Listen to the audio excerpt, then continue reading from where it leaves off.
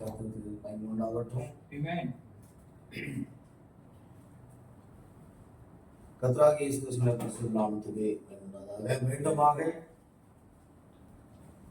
இரண்டாவது பாகத்தில் நாம் இப்படி வந்திருக்கிறோம். நாம் உணவு வேலைக்கு பிற்பாடு மீண்டுமாக அவருடைய வார்த்தையை தியானிப்போம். நாட்கள் பொல்லாதவனை வைகளாகலால் காலத்தை பிரயோஜனப்படுத்திக் கொள்ளுங்கள். ஆகையால் இந்த காலங்களிலே நாம் நமக்கு விடுமுறை நாள் அவருடைய வார்த்தையை நாம் தியானிக்க வந்திருக்கிறோம். நாம் யாரும் எழுந்து நின்று வெளிப்படுத்தின விசேஷம் 10ஆம் அதிகாரம் 1 முதல் வெளிப்படுத்தின விசேஷம் 10ஆம் அதிகாரம் 1 முதல் நாம் 7 வசனங்களை நாம் இப்பொழுது வாசிக்க கேட்கலாம். யாராவது ஒருவர் இதை வாசிக்கிறோம். வெளிப்படுத்தின விசேஷம் 10ஆம் அதிகாரம் 1 முதல் 7 வசனங்கள். பின்பு பலமுள்ள வேறொரு தூதன் வானத்திலிருந்து இறங்கி வர கண்டேன். மேகம் அவனை சூழ்ந்திருந்தது. அவனுடைய சிரசின் மேல் வானவில் இருந்தது. அவனுடைய முகம் சூரியனை போலவும் அவனுடைய கால்கள் அக்கினி ஸ்தம்பங்களைப் போலவும் இருந்தது. திறக்கப்பட்ட ஒரு சிறு புஸ்தகம் அவன் கையில் இருந்தது. தன் வலது பாதத்தை சமுத்திரத்தின் மேலும் தன் இடது பாதத்தை பூமியின் மேலும் வைத்து சிங்கம் கர்ச்சித்தது போல மகா சத்தமாய் ஆர்ப்பரித்தான். அவன் ஆர்ப்பரித்த போதே 7 இடிகளும் சத்தமிட்டு முழங்கின. அவ்வேறு இடிகளும் தங்கள் சத்தங்களை முழங்கின போது நான் இறங்க வேண்டும் என்றிருந்தேன். அப்போது 7 இடிகளும் தங்கள் சொன்னங்களை நீ எழுதாமல் முத்திரை போடு என்று வானத்திலிருந்து ஒரு சத்தம் உண்டாக கேட்டேன். சமுத்திரத்தின் மேலும் பூமியின் மேலும் நிற்கிறதாக நான் கண்ட தூதன் தன் கையை வானத்திற்கு நேராக வைத்து, இனி காலம் செல்லாது, ஆனாலும் தேவன் தம்முடைய ஊழியக்காரராகிய தீர்க்கதரிசிகளுக்கு சுவிசேஷமாய் அறிவித்தபடி 7ஆம் தூதனுடைய சத்தத்தின் நாட்களிலே அவன் எக்காலம் ஊதப் போகிற போது தேவ ரகசியம் நிறைவேறும் என்று வானத்தையும் அதில் உள்ளவைகளையும் பூமியையும் அதில் உள்ளவைகளையும் சமுத்திரத்தையும் அதில் உள்ளவைகளையும் சிருஷ்டித்தவரும் சதா காலத்திலும் உயிரோடு இருக்கிறவருமான மேல் ஆணையிட்டு சொன்னார். வாசிக்கப்பட்ட வேத வசனங்களை கர்த்தர் ஆசீர்வதிப்பாராக. நம்முடைய தலைகளை தாழ்த்தி நான் ஜெபம் செய்வோம். தேவனே, உமது வார்த்தைக்கு தேவனே வியாக்கியானி என்று நாம் விசுவாசிக்கிறோம். பரிசுத்த ஆவியினால் எழுதப்பட்ட வார்த்தையை பரிசுத்த ஆவியானவர் மாத்திரமே வியாக்கியானித்து தர முடியும். மனிதனுடைய ஞானமோ அறிவோ கல்வியோ தேவனுடைய வார்த்தையை வெளிப்படுத்தி தர முடியாது. பரிசுத்த ஆவியானவர் மாத்திரமே அதை வெளிப்படுத்தி தர முடியும். கடைசி நாட்களிலே 7ஆம் சபையின் தூதனும் தீர்க்கதரிசியாகிய வில்லியம் பிரணாம் மூலமாக தேவன் எங்களுக்கு வெளிப்படுத்தி கொடுத்த அந்த வார்த்தையை குறித்து நாங்கள் தியானிக்க போகிறோம். கர்த்தருடைய ஆவியானவர் எங்கள் மத்தியிலே அசைவாட முடியாது ஜெபிக்கிறோம். பேசுகிறவர்கள் நீங்கள் எல்லாம் பரிசுத்த ஆவி உங்களுக்கு பேசுவார் என்ற வார்த்தைப்படியே பரிசுத்த ஆவியானவர் எங்களை ஆட்கொண்டு அடியுடைய நாவலை பிடித்துக் கொண்டு பேசும். அதை கேட்க போகிற ஒவ்வொருடைய இருதயங்களும் பரிசுத்த ஆவியினாலும் விருத்தசேதனம் பண்ணப்பட்டு அவைகள் புரிந்து கொள்ள ஆவியானவர் கிருபை செய்யும். பவுல் பேசின பொழுது லீதியாவுடைய இருதயத்தை கர்த்தர் திறந்து கொடுத்து குணமாக அவள் சத்தியத்தை அறிந்து கொண்டால், அதுபோன்று அடியன் பேசும்போது பரிசுத்த ஆவியானவர் ஒவ்வொருடைய இருதயத்தையும் திறந்து கொடுக்க முடியாது செபிக்கிறோம். வாசிக்கப்பட்ட வேத வசனங்களை ஆசீர்வதியும். வேத வசனங்களை வாசித்த உடனே ஆசீர்வதியும். மறுபடியும் கூடி வந்திருக்கிற அருமையான பாஸ்டர் மேத்யூ அவர்கள், சபையார், குடும்பத்தார் அனைவரையும் ஆசீர்வதியும். சகல துதிகரம் மகிமை யாவற்றும் செலுத்துகிறோம். கர்த்தராகிய இயேசு கிறிஸ்துவின் நாமத்தில் கேட்கிறோம் பிதாவே, ஆமென்.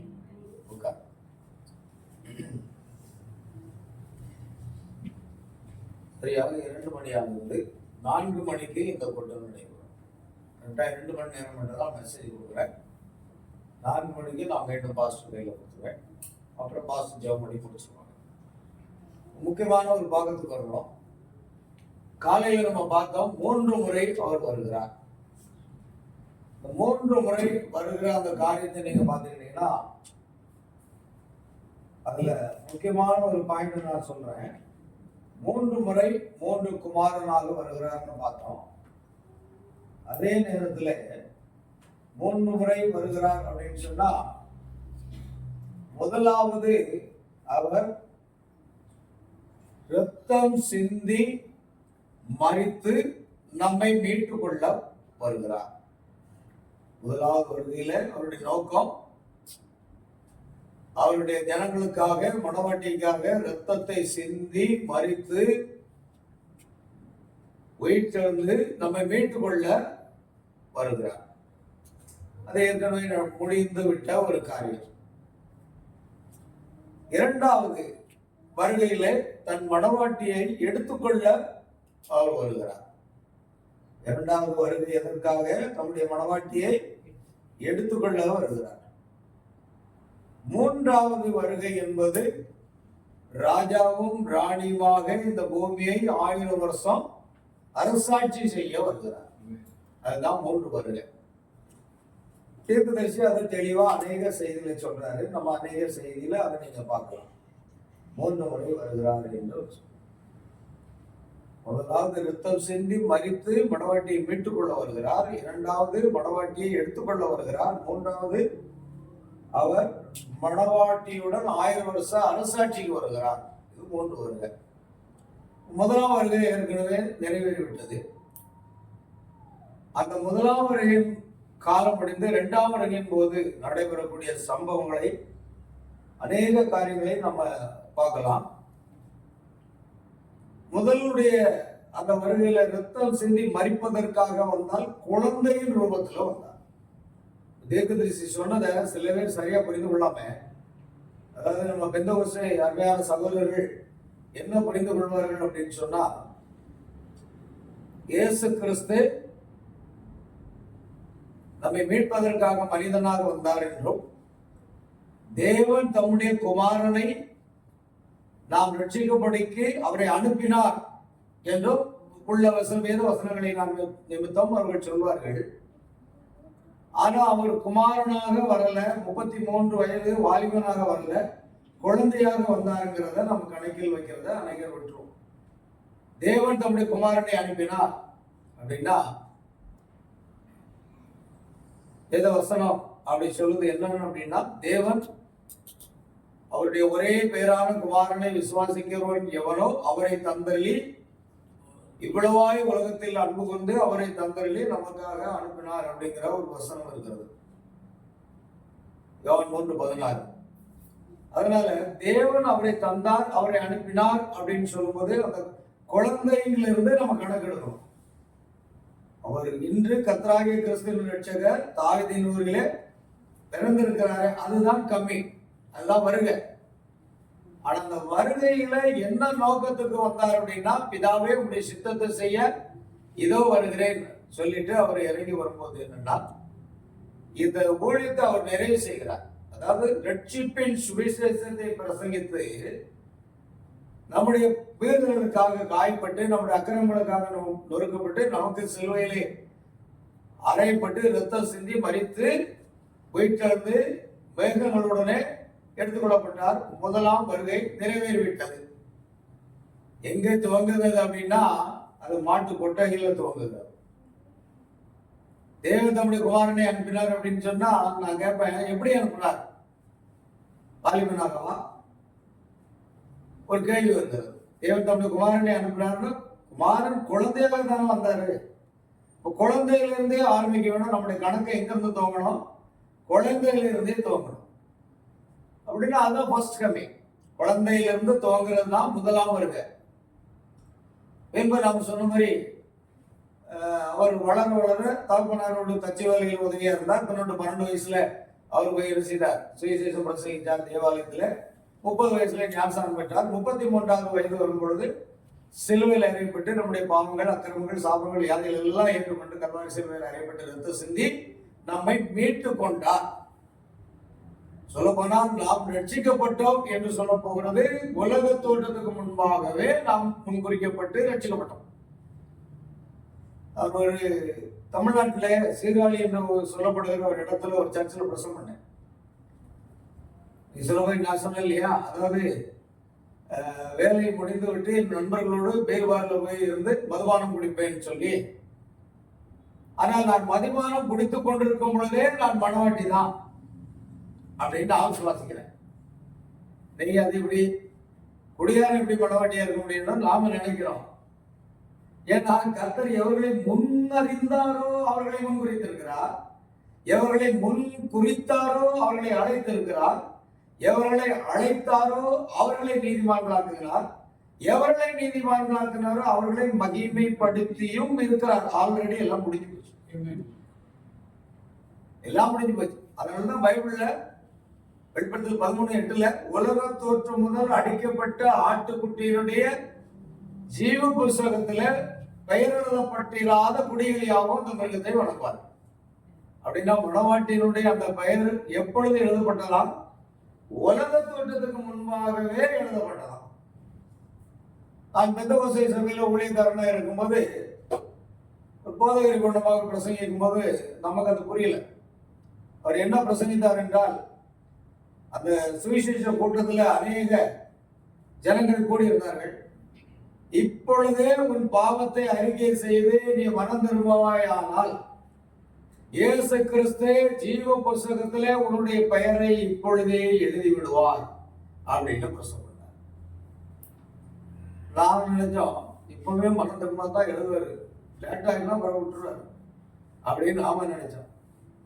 ஆனா 7ஆம் தூதனுடைய செய்தி என்ன வருதுன்னா, உங்க பெயர் உலகத்தோற்றத்துக்கு முன்பாக எழுதப்பட்டிருக்கிறது. பாருங்க, அந்த பெந்தகோஸ்தே ஜனங்கள் நல்லவங்க, பரிசுத்தமானவங்க. தேவன் சொல்றாரு, அவர்களை விரல் நீட்டி என்ன செய்ய முடியாதான், குற்றம் சாட்ட முடியாது அப்படிங்கிறாங்க. அவ்வளவு பரிசுத்தமா வாழ்றாங்க. நாங்க இன்னைக்கு சாப்பிட்டு படிச்சவரு டீ சாப்பிட்டு இருக்கும்போது நாங்க பேசுறோம். அப்ப சொன்னாங்க, யாரையுமே ஒதுக்கி தள்ளி விட முடியாது. எந்த சபை விசுவாசியா இருக்கலாம், எந்த ஸ்தாபனத்தை சேர்ந்தவர்களாக அவர்கள் பெந்தகோஸ்தேயராக இருந்தாலும் நாம் யாரையும் நியாயத்திருக்கவும் கூடாது, யாரையும் தள்ளிவிடக்கூடாது. ஏன்னா முன்குறிக்கப்பட்ட வித்து தேவனுடைய ஜனங்கள் எல்லா சபைகளிலும் இருக்கிறார்கள். அதே நேரம் முன்குறிக்கப்பட்ட வித்தும் எல்லா சபைகளிலும் இருக்கிறது. ஒருவேளை சபைகளுக்கு அப்பாற்பட்டு விக்கிரக ஆராதனையை செய்து கொண்டு கூட ஒரு வித்து இருக்கலாம். புரியுதா? புரியுதா? ஏன்னா அப்படி இருந்ததானே நாம கிறிஸ்துக்குள்ள வந்திருக்கிறோம். நாங்க சொருப வழிபாடு வைராக்கியமா பண்ணுவோம். ஏன்னா ரோமன் கத்தோலிக்கன்னா சொல்ல வேண்டாம். தமிழ்நாட்டில் ஒரு புண்ணிய ஸ்தலம் இருக்குது, வேளாங்கண்ணி மாதா கோயில் அப்படின்னு. போர்ச்சுகீசியர்கள் கப்பல்ல வரும்போது அந்த பக்கம் தான் மாதா தரிசனமானாங்க அப்படிங்கிறது அவங்களுடைய அந்த கதை. அதனால அங்க கடற்கரை வாழ்வு ஒரு பெரிய பிரம்மாண்டமான ஒரு சர்ச் கட்டியிருக்காங்க. 10 நாட்கள் வெகு விமரிசையாக அந்த கூட்டங்கள் நடைபெறும். ஆனால் ஒண்ணு, கிறிஸ்தவர்கள் பாதி இருந்தா மற்ற புற மதஸ்தர்கள் பாதி பேர் இருப்பாங்க. ஏன்னா அவனுக்கு ஒரு நம்பிக்கை இருக்கு, மாதாவை வழிபட்டா கண்டிப்பா என்ன செய்யும், அந்த அற்புதம் நடக்கும்னு சொல்லிட்டு. நீங்க பாத்தீங்கன்னா, நாங்க ஆண்டு கிருபையினால என்னுடைய இளைய மகளுக்கு 4 மாதம், மூத்த மகளுக்கு கிட்டத்தட்ட 1.5 வயசு, அவ்வளவு பக்தி வைராக்கியமா இருந்ததுனால நாங்க அப்படியே அந்த கோயிலுக்கு போயிட்டு அங்க ரூம் எடுத்து தங்கி இருந்து அங்க எல்லா வழிபாடுகளையும் நாங்கள் கலந்து கொண்டு கடைசியில் என்னோட 2 குழந்தைகளுக்கும் முட்டையை போட்டு எல்லா முடியெல்லாம் எடுத்துட்டு, அது என்ன அப்படின்னு சொன்னாங்க, அதாவது புனித காணிக்கை, அந்த தலைமுடி எல்லாம் முட்டையை போட்டு எல்லாம் எடுத்துட்டு வந்தோம். நான் கூட முட்டை போடலான்னு தான் நினைச்சேன். என் மனைவி வேண்டாம், சும்மாவே ஆளை பார்த்தா சைக்கிள இதே முட்டையை போட்டீங்கன்னா அவ்வளோதான், அது நல்லாவே இருக்காது, சும்மா சொல்லுங்க. அதனால வேண்டாங்க, நீங்க போட வேண்டாம்னா அப்படி ஒரு வைராக்கியம் இருந்தது எங்களுக்கு. ஏன்னா கடவுளுக்காக எதையாவது செய்ய வேண்டும் என்று வரீங்க. ஆனா அது அறிவுபூர்வமான வைராக்கியம் இல்லை. பாருங்க, பவுல் எழுதுறாரு, இஸ்ரவேல் ஜனங்களுக்கு தேவனை குறித்து என்ன உண்டா, வைராக்கியம் உண்டா, ஆனா அறிவுக்கேற்ற வைராக்கியம் இல்லைங்கிற. அதே போலதான் இன்னைக்கு எல்லா ஸ்தாபன விசுவாசிகளுக்கும் வைராக்கியம் இருக்கு, ஆனா அறிவுக்கேற்ற வைராக்கியம் சரியான பாதையில் இல்லை. அதே போலதான் நாங்களும் சரியான பாதையில் இல்லை. ஆனா அங்கே பாத்தீங்கன்னா நிறைய கண்ணாடி பெட்டிகள் வச்சிருப்போம். என்ன அப்படின்னா, லட்சுமி அம்மாள் தன் குழந்தை இல்லை என்று சொல்லி அவர்கள் தன் தாலியே கடவுளுக்கு அந்த காணிக்கை கொடுத்தாங்க மாதாவுக்குன்னு சொல்லி பேர் எழுதி வச்சிருக்கோம். ஊரு பேரெல்லாம் இருக்கும். தாலியை கலந்து கூட காணிக்கை வச்சிருப்பாங்க. நம்மாட்கள் லேசா செய்ய மாட்டாங்க. ஆனா அவங்க அவ்வளவு வைராக்கியமா இருக்காங்க. அப்படி எத்தனை தாலி அந்த கண்ணாடிக்குள்ள வரிசையா இருக்கும். நாங்க அப்படியே பார்த்து பார்த்து ஆச்சரியப்பட்டோம். அவ்வளவும் விக்கிரக வழிபாடு செய்யறவங்க தான் அதிகமா காணிக்கையை செலுத்துறாங்க. ஏன்னா அவங்களுடைய நம்பிக்கை அவ்வளவு ஆழமா இருக்கு. ஆனா இது எனக்கு விட கிடைக்கல. சில பேர் சொல்லுவாங்க, மாதா தான் அற்புதம் செய்தாங்க, மாதா தான் குழந்தை இல்லாம குழந்தை கொடுத்தாங்க, அற்புதம் செய்தாங்க, இதெல்லாம் அவங்க சொல்லுவாங்க. பல கேள்விகள் இருந்தது எனக்கு. எப்படி மாதா செய்ய முடியும்? திராட்சரசம் வேண்டும் என்று கேட்ட பொழுது காணவர் கல்யாணத்துல மாதா இடத்துல இருந்து வேண்டினாங்க. அவர் என்ன சொல்லுகிறாரோ அதன்படி செய்யுங்கள் தானே சொல்லியிருக்கு. அப்படின்னா மாதா எப்படி அற்புதம் செய்ய முடியும்? மரியாதை எப்படி அற்புதம் செய்ய முடியும்? இயேசு தானே செய்ய முடியும் அப்படிங்கிற கேள்விகளாம் ஒரு காலத்துல இருந்தது. ஆனா தீர்க்கதரிசி செய்தி வரும்போது அவர் சொல்றாரு, இந்த உலகத்தில் உள்ள ஜனங்கள் யாராக இருந்தாலும் விசுவாசம் என்ற ஒரு அடிப்படையில அவங்க எந்த விக்கிரகத்தை கும்பிட்டாலும் சரி, இல்ல மரியாதை கும்பிட்டாலும் சரி, அவர்கள் சத்தியத்தை முழுவதும் அறியாமல் வைராக்கியமா இருந்தாலும் சரி, விசுவாசம் என்ற ஒன்றை மட்டும் தான் தேவன் பார்க்கிறார். ஆச்சரியமா இருந்தது, எனக்கு புரியல. அப்படின்னா மாதா அற்புதம் செய்யலையா? இல்லைங்கிற சொல்றாரு. இயேசு கிறிஸ்து தான் செய்யறாருங்க. அப்ப இயேசு கிறிஸ்து அவங்க வணங்கலையா? எப்படி செய்தாரு? அதுக்கு தீர்க்கதரிசி சொல்றாரு, இல்ல அவங்க வலதுக்கு இடதுக்கு வித்தியாசம் அறியாம ஏதோ ஒரு விசுவாசம் என்று ஒன்று இருந்தது பாருங்க, அதைத்தான் தேவன் காண்கிறார். அதனால அவருடைய அந்த ஜனங்களுக்கு அவர் தான் அற்புதங்களை செய்கிறாரோ, கற்பத்துக்கனி அவர் தான் கொடுக்க முடியும். சங்கீதம் 128 கற்பத்திற்கனி கர்த்தரால் வரும் கிடைக்கும் பலன், பிள்ளைகள் கர்த்தரால் சொல்றோம். அப்ப அவர் தான் அதை செய்ய முடியும் என்றால் அவர்கள் அவரை வணங்காதவங்களுக்கு கூட அதை செய்ய முடியுமானா தீர்க்கதரிசி அப்படியே சொல்றாரு. எனக்கு ஆச்சரியமாச்சு. என் மனதில் உள்ள சந்தேகம் நீங்கி போச்சு. ஏன்னா அவர்களுக்கு தேவன் விசுவாசம் என்று ஒன்றை மட்டும்தான் காண்கிறாராம். அதனால அவர் இறங்கி அந்த ஜனங்களுக்கு அற்புதம் செய்கிறார். பெயரும் புகழும் மரியாதைக்கு வரட்டும், அதை பற்றி அவர் கவலைப்படல. ஆனா தன்னுடைய ஜனங்களுக்காக விசுவாசத்தின் அடிப்படையில் அவ்வளவாக இறங்கி அற்புதம் செய்கிறார்கள் சொல்றார். ஆனால் நித்திய ஜீவன் என்று வரும் பொழுது அது கேள்விக்குறியாகும். நித்திய ஜீவன் எதுல இருக்கிறதுனா வார்த்தையில் இருக்கு. என் மாம்சத்தையும் ரத்தத்தையும் பானம் பண்ணலன்னா உங்களுக்கு நித்திய ஜீவன் கிடையாது. அது வேறு காரியம். அது நித்திய காலமாக தேவனோடு மரணமில்லாத வாழ்க்கை வாழணும் அப்படின்னு சொன்னா அதுக்கு என்ன தேவைன்னா வார்த்தை தான் தேவை. அந்த சுகமளித்தலுக்கு என்ன தேவைன்னா விசுவாசம் தேவை அப்படிங்கிறார். அது தவறான விசுவாசமா இருந்தாலும் கூட தேவன் அந்த அற்புதங்களை செய்கிறார் என்று சொல்லி தீர்க்கதரிசி சொல்றார். என் மனசுல அந்த கேள்வி இருந்தது. அதனாலதான் நான் என்ன பண்ணணும் அப்படின்னா, முன்குறித்தவர்களை தானே அழைத்தார். அப்படின்னா இன்றைக்கு இந்த செய்தியை நான் பிரசங்கிக்கிற ஒரு ஊழியக்காரனாக 36 ஆண்டு காலமாக செய்து வருகிறேன் என்றால் தேவன் உலக தோற்றத்துக்கு முன்பாக என்னை முன்குறித்திருக்க வேண்டும். அப்போ உலக தோற்றத்துக்கு முன்பாக முன்குறித்திருந்தால் நான் மதுவான கடையில மதுவானம் குடித்துக் கொண்டிருக்கும் பொழுது நான் மனவாட்டியாகத்தானே இருந்திருக்க வேண்டும். சரியான கல்விதானம், பதில் தானம். ஏன்னா அப்படி இல்லைன்னா நாம கொண்டு வர முடியாது. முன்குறிக்கப்பட்டவர்களைத்தான் அழைத்து நீதிமானாக்கி பரிசுத்தப்படுத்தி அவர் கொண்டு வர்றார், நாம இல்லை. நம்முடைய நீதியின் கிரிலை நம்ம என்ன செய்யல, ரட்சிக்கப்படல. அவருடைய முன்குறித்தல். அப்போ அப்படிப்பட்ட தவறான காரியத்தில் இருந்தாலும் படிப்படியா தேவன் நம்ம ஸ்டெப்பா என்ன செய்யறாரு, அவருடைய வார்த்தைக்குள் வளர வச்சு, பரிசுத்தத்துக்குள் வளர வச்சு, நீதிமானாக்கப்படுதல், பரிசுத்தமாக்கப்படுதல், பரிசுத்த ஆவியின் அபிஷேகம் அந்த ஸ்தானத்துக்குள்ள கொண்டு வர்றாரு. இதெல்லாம் நீங்க பாத்தீங்கன்னா தீர்க்க செய்தியில் இருக்கு, இல்லாத நான் பேசல. நீங்க எங்க இருக்குன்னு நம்ம எடுத்து காட்டலாம். விசுவாசம் என்ற ஒரு அடிப்படை. ஆனால் நித்திய ஜீவன் என்பது அது வார்த்தையினால வராது. அந்த வார்த்தையை விட்டுட்டோம் அப்படின்னா ஸ்தாபன கிறிஸ்தவர்களுக்கு கூட இழக்கப்பட நேரலாம். ஆனா அதில் முன்குறிக்கப்பட்டவர்களா இருந்தா நிச்சயம் கொண்டு வரப்படுவார்கள். இயேசு இந்த பூமியில இருக்கும்போது சொன்னார், என் பிதா ஒருவனை எடுத்துக்கொள்ளாவிடில் ஒருவனும் என்னிடத்தில் வரமாட்டான். என் பிதாவானவர் கொடுக்கிற யாவும் என்னிடத்தில் வரும். சகோதரன் பிரணம் அடிக்கடி இந்த வசனங்களை பயன்படுத்துவார். பிதாவை குறித்து இயேசு சொல்ற காரியம், இயேசு அதை தான் சொல்லிட்டே வருவார். ஒரு நாள் நான் பார்த்தேன், இயேசு மரித்து உயிர்த்தெழுந்த பிற்பாடு அந்த வார்த்தை எப்படி வருகிறதுன்னா, நான் பூமியிலிருந்து பட்டிருக்கும் பொழுது ஒவ்வொருவரையும் என்னிடத்தில் இழுத்துக் கொள்வேன் அப்படின்னு இயேசு சொல்றார். அப்ப பாருங்க, முதல்ல பிதான்னு சுட்டி காமிச்சுட்டு வந்தாரு. இப்பொழுது அவர் அந்த ஸ்தானத்தை மறித்து உயிர்த்தெழுந்து அந்த ஸ்தானத்துக்கு போகும்போது நான் இழுத்துக் கொள்வேன் அப்படிங்க.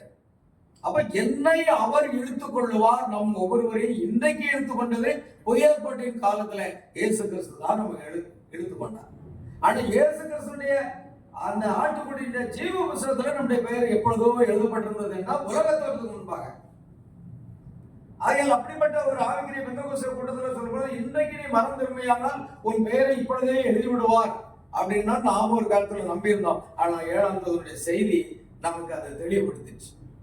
இல்லைங்க, நம்ம மனம் திரும்பும் போதுதான் நம்ம பெயர் எழுதப்பட்டது இல்லை. உலக தோற்றத்துக்கு முன்பாகவே, சொல்ல போனா நாம் பிறப்பதற்கு முன்பாகவே நம்முடைய பெயர் அங்கு எழுதப்பட்டிருக்காங்க. சில பேர் சொல்லுவாங்க, நீங்க இழக்கப்பட்டு போவீங்க, இல்ல நீங்க இழக்கப்பட்டு போன குடும்பம் அப்படின்லாம் சொல்லுவாங்க. எதற்கு அப்படின்னா நாம அந்த எடுத்துக்கொள்ளப்பட்டு நடந்து விட்டது என்பதை நம்ம விசுவாசிக்கல அப்படிங்கிற காரணத்தினால. ஆனா ஒரு காரியத்தை கவனிச்சீங்கன்னா அங்க என்ன சொல்றாங்க, நாம் இழக்கப்பட்டு போவது இல்லை. ஏனென்றால் முன்குறிக்கப்பட்டோம். முன்குறிக்கப்பட்டவர்கள் இழைக்கப்பட்டு போவதில் அவர் சரியான பாதையில் நடத்துவாங்க. அதான் பாஸ்டர் நெகேமியா அவர்கள் பேசினாங்க. நான் அதான் விசுவாசிக்கிறேன், முன்குறிக்கப்பட்டு யாரையும் நம்ம நியாயத்திருக்க கூடாது. ஏன்னா அந்த வித்து ஸ்தாபனத்திலே இருக்கு. ஏற்ற நேரம் வரும் பொழுது அவர் அதை கொண்டு வருவார் இல்லையா? நிச்சயமா. அதே மாதிரி பாஸ்டர் வில்லியம் அவர்களெல்லாம் இன்னைக்கு நான் சந்திப்பதில் பெரும் மகிழ்ச்சி அடைகிறேன். எனக்கு யாருன்னே தெரியாது. நான் மத்தியானம் சாப்பிட்டு இருக்கேன், பாஸ்டர் நெகேமியான்னு ஒருத்தர் இருக்காங்க எங்கேயோ, அவங்க யாருன்னு தெரியுமா அப்படின்னு அவங்ககிட்டயே கேட்கிறேன். எனக்கு அவங்க தான் நெகேமியான்னு தெரியாது. அவங்க சிரிக்கிறாங்க. அதாவது இயேசுவை தெரியாமலேயே எங்கள் ரவியை எங்க இயேசுவை எங்க கொண்டு வைத்தீர்கள்னு கேட்டாங்க இல்லையா? அது போன்ற ஒரு காரியம், தோட்டக்காரன் என்று எண்ணி அது போன்ற ஒரு சம்பவம் நடந்தது. ரொம்ப ஆச்சரியமா இருந்தது. ஓ, நம்ம முத்தம் முன்னால வச்சுக்கிட்டே நமக்கு அதே மாதிரி அனைவரும் இயேசுவை முன்னால வச்சுக்கிட்டே இயேசுவை தேடுற மாதிரி இருக்கு.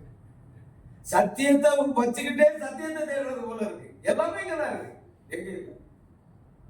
அதனால பாருங்கள் பிரியமானவர்களே, நம்ம முன்குறித்தது என்றால் உலகத்தோட்டத்துக்கு முன்பாக, நாம் போதிக்கப்பட்டது என்றால் உலகத்தோட்டத்துக்கு முன்பாக நம்முடைய பாவங்களை பார்க்கவே மாட்டாராம் தேவன்.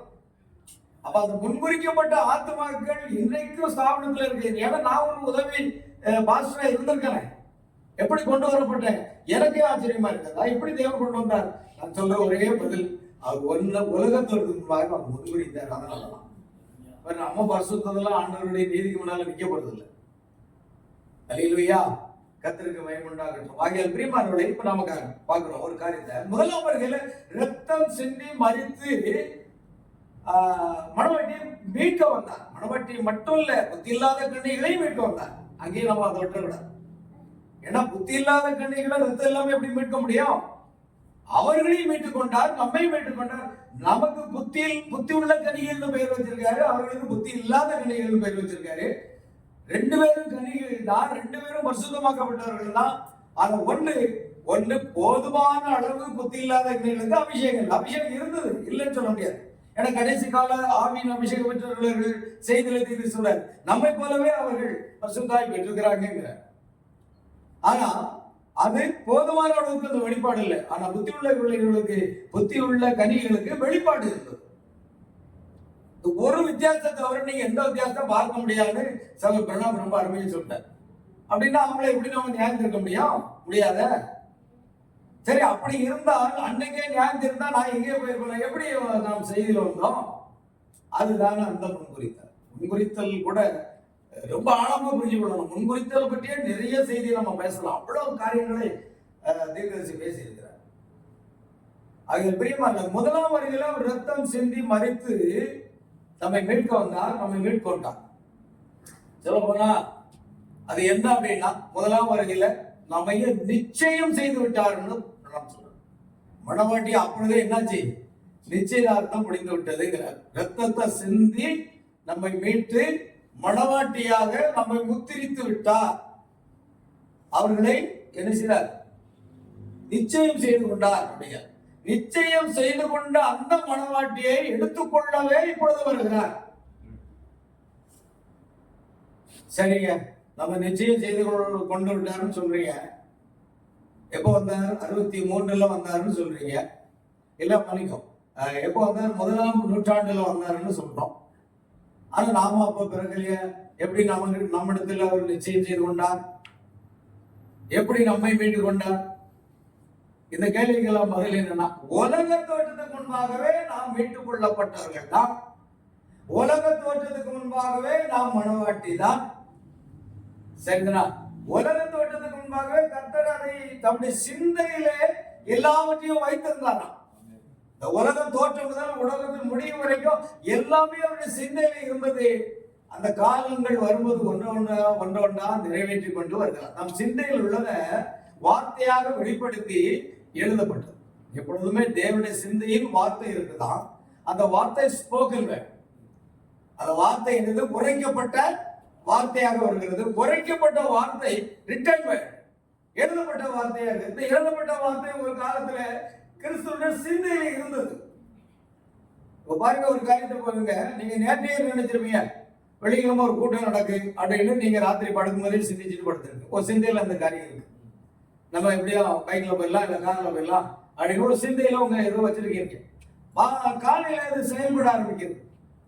உடனே வீட்டுல சொல்றீங்க, இந்த மாதிரி மீட்டிங் நாங்க போயிட்டு வரோம்னு சொல்லிட்டு புறப்பட்டு வரோம். பாருங்க, அது வார்த்தை எனக்கு மாறுகிறது. ஸ்போக்கன் வேர்டா மாறுது. சிந்தையில இருந்தது என்னாச்சு? உரைக்கப்பட்ட வார்த்தையா மாறுகிறது. உரைக்கப்பட்ட வார்த்தை நிறைவேறும் பொழுது அது எழுதப்பட்ட வார்த்தையாக மாறிவிடுகிறது. அதான் எப்போதும் சொல்றேன், முதலாவது ஒரு தீர்க்க தரிசனம், பின்பு அது தரிசனமாக நிறைவேறி பின்பு அது முழுவதுமாக நிறைவேறுகிறதாக பார்க்கலாம். அதே தான் வேதாகமம். வேதாகமத்தை ஏன் தீர்க்கதரிசி ரொம்ப கனப்படுத்துறாரு? இது தேவன், இந்த எழுத்து ஒவ்வொன்றும் தேவன் அப்படிங்கிறாரு. ஏன்னா தேவனுடைய சிந்தையில் அது இருந்தது. அதான் உரைக்கப்பட்ட வார்த்தை, எழுதப்பட்ட வார்த்தை, எல்லாமே தேவனுடைய வார்த்தை தான். பாருங்க, தேவன் தம்மை 3இல் பரிபூரணப்படுத்துறார். 1ஆம் வருகை, 2ஆம் வருகை, 3ஆம் வருகை. இப்ப இந்த கடைசி காலத்துல 1ஆம் வருகையின் போது நம்மை அவர் மீட்டுக் கொண்டார். இப்பொழுது அவர்களை உரிமையாக்கி கொள்ள வருகிறார் அப்படின்னு சொல்றார். நம்மை உரிமையாக்கி கொள்ள அவர் இறங்கி வருகிறார். சரி, இப்ப நாம பார்க்கிறோம், அவர் 3 முறை வருகிறார்ங்கிற காரியத்தை பார்த்துட்டோம். இப்ப கவனிங்க, வெளிப்படுத்தல் 10ஆம் அதிகாரத்துல நம்ம பார்க்கிறோம். இது ஒரு மிக முக்கியமான சப்ஜெக்ட். இது அநேகர் வெளிப்படுத்தல் 10 புரிந்து கொள்றது ரொம்ப கஷ்டம். ஆனா ஸ்தாபன பெந்தெகோஸ்தே விசுவாசிகளோ ஊழியக்காரர்களோ வெளிப்படுத்தல் 10ஐயே புரிந்து கொள்ள முடியாது. ஆனா நம்ம செய்தியில் இருக்கிறாங்க, வெளிப்படுத்தல் 10ல் உள்ள காரியம், அதாவது 10ல் பண்ணிக்குவோம். ஸ்தாபன பெந்தெகோஸ்தே விசுவாசிகள் எல்லாம் வெளிப்படுத்தின விசேஷத்தையே அவங்க தொட மாட்டாங்க. ஏன்னா அது அவங்க வெளிப்படுத்தின விசேஷம்னாலே புரியாது. நாம 1ஆம் அதிகாரம் என்ன, 2ஆம் அதிகாரம் என்ன, 3ஆம் அதிகாரம் என்ன, அதெல்லாம் புரிந்து கொண்டு வந்து 4ஆம் அதிகாரம் எடுத்துக்கொள்ளக்கூடாது பார்க்கிறோம். அடுத்தது அப்படியே 5ஆம் அதிகாரம் யூதர்களுக்குரிய உபத்திர காலம், 6ஆம் அதிகாரம், இதெல்லாம் முடிச்சுட்டு இங்கே நம்ம 10ஆம் அதிகாரத்துக்கு வரும் பொழுது பலமுள்ள தூதனுடைய வருகை வந்து புரிந்து கொள்றது கொஞ்சம் கஷ்டமான காரியமா இருக்கும் செய்தியில் உள்ளவங்களுக்கு. எந்த கோஷத்தினர் வெளிப்படுத்துற விசேஷத்துக்கே வரமாட்டாங்க. ஆனா நம்ம செய்தியில் இருக்கிறவங்க வெளிப்படுத்தல் 10க்கு வர மாட்டாங்க, மற்றதெல்லாம் எடுத்துக்கிடுவாங்க. இதுல அவ்வளவு காரியங்கள் இதுல இருக்கு. அது மிக முக்கியமானது. அப்ப நம்ம இதுல பார்க்கிறோம் என்ன அப்படின்னு சொன்னா, பின்பு பலமுள்ள வேறொரு தூதன் வானத்திலிருந்து இறங்கி வர கண்டேன். இது யார்? செய்தியில அநேக குழப்பங்கள் இருக்கிறது. யாராக இருக்க வேண்டும்? அப்படி இறங்கி வந்தார் என்றால் எப்பொழுது இறங்கி வந்தார்? பின்பு பலமுள்ள வேறொரு தூதன் வானத்திலிருந்து இறங்கி வர கண்டேன்.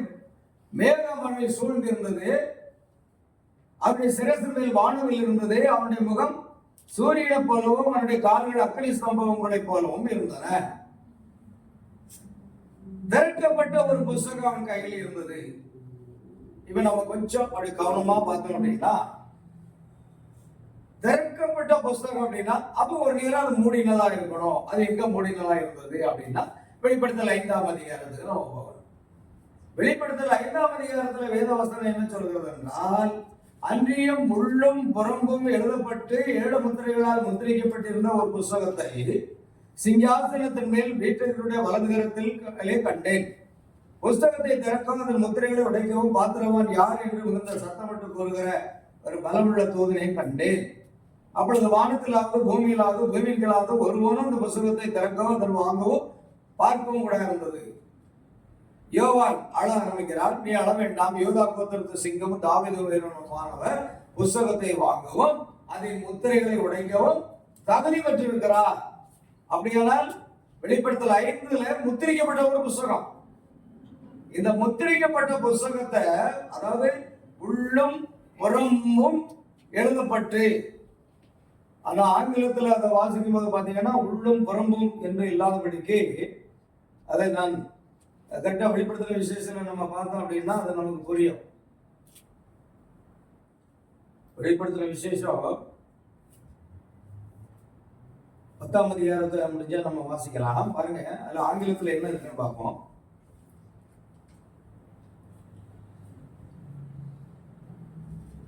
அங்கேயும் உள்ளும் புறம்பும் அப்படின்னு இருக்கு. சரி, இப்ப நான் பார்க்கிறேன். வெளிப்படுத்தல் விசேஷம் 10வது அதிகாரம்.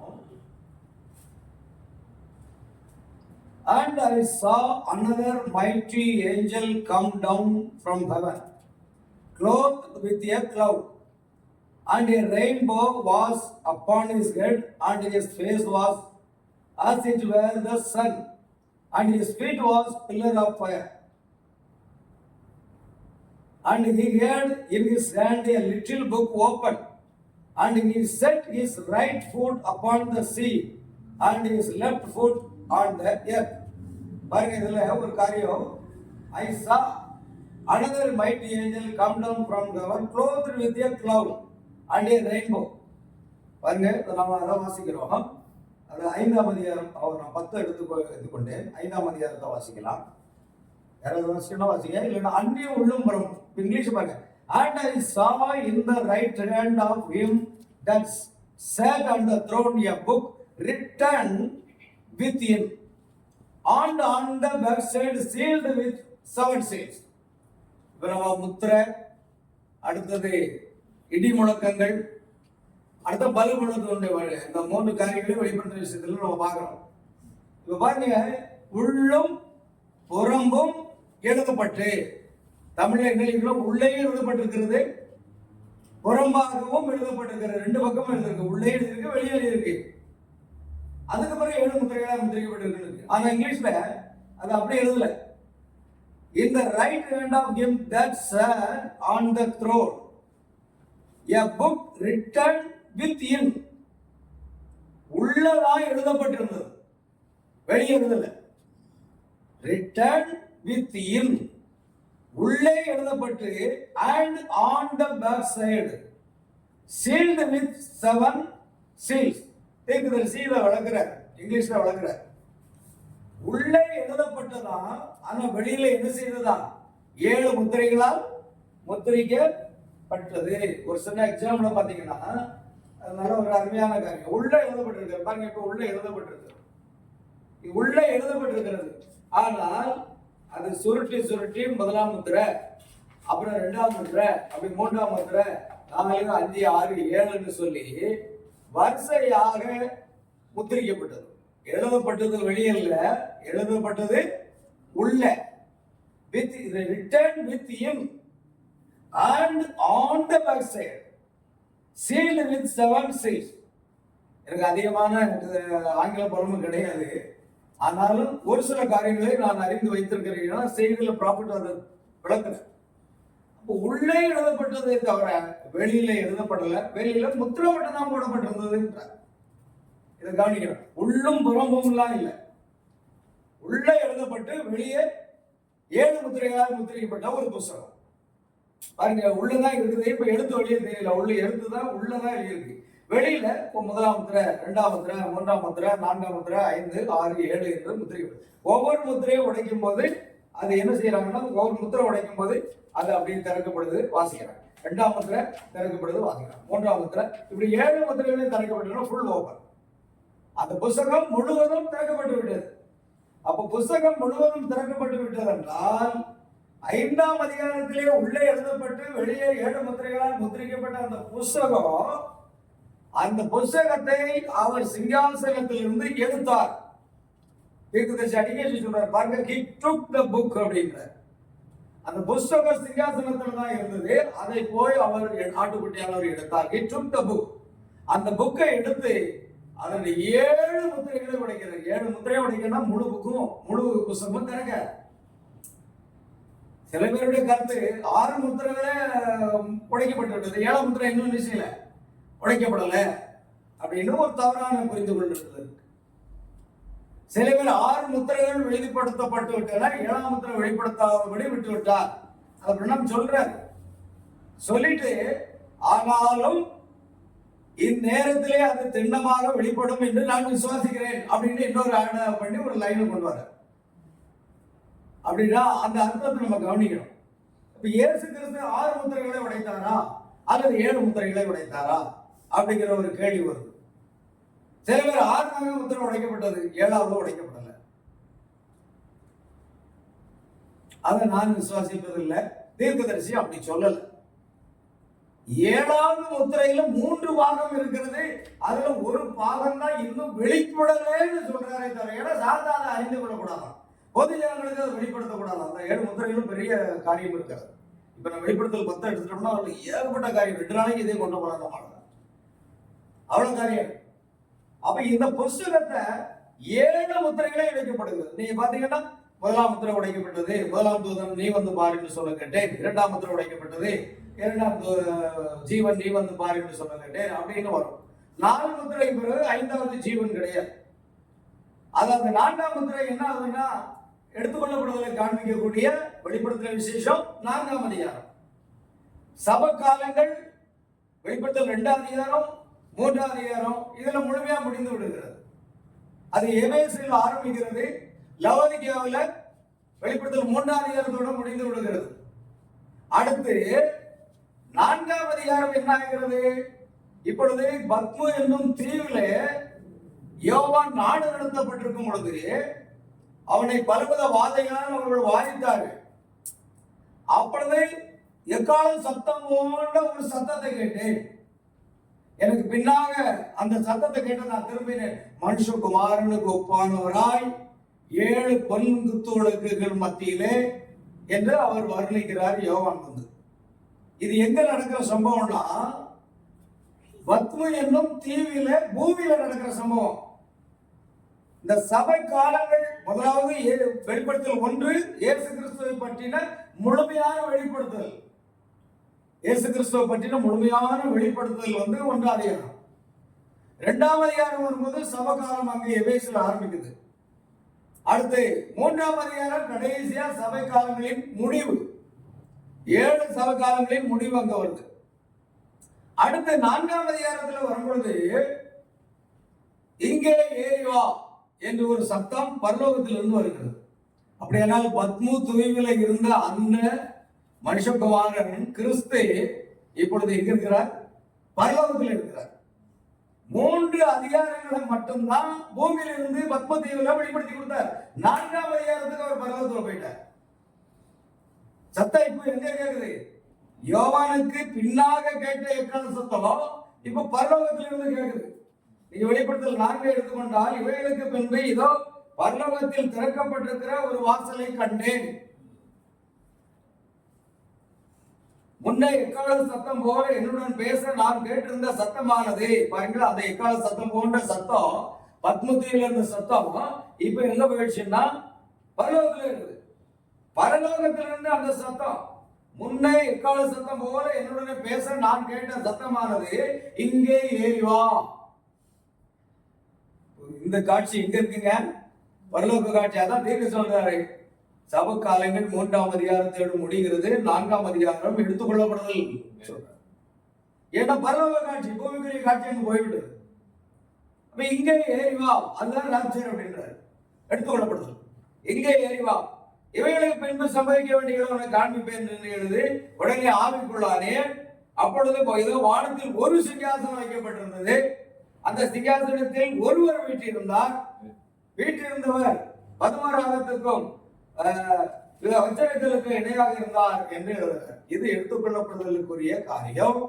4ஆம் அதிகாரத்துல மணவாட்டி எடுத்துக்கொள்ளப்பட்டு பரலோக காட்சியை காண்கிற இந்த காலகட்டத்துல அதுக்கப்புறம் 19ஆம் அதிகாரத்துலதான் மணவாட்டி மீண்டும் வருகிறார் அப்படின்னு சொல்லுவாங்க. அது வரைக்கும் இல்லை. மணவாட்டிக்கு முன்கூட்டி உபத்திரவ காலத்துல என்ன நடக்கும், யூதர்களுக்கு மத்தியில் என்ன நடக்கும், என்ன காரியங்கள் எல்லாம் வெளிப்படுத்தப்பட்ட நமக்கு வெளிப்படுத்தி கொடுத்திருக்கிறார் கர்த்தர். ஆனா மணவாட்டி 4ஆம் அதிகாரத்துல எடுத்துக்கொள்ளப்பட்டு 19ஆம் அதிகாரத்துல வரும் பொழுது அங்க என்ன நடக்குன்னா, இவைகளுக்கு பின்பு திரளான ஜனங்கள் எடுக்கிறார் ஆரவாரத்தை கேட்டேன். பாருங்க, முடிஞ்ச வாசிங்க. வெளிப்படுத்தல் 19ஆம் அதிகாரம், வெளிப்படுத்தல் 19.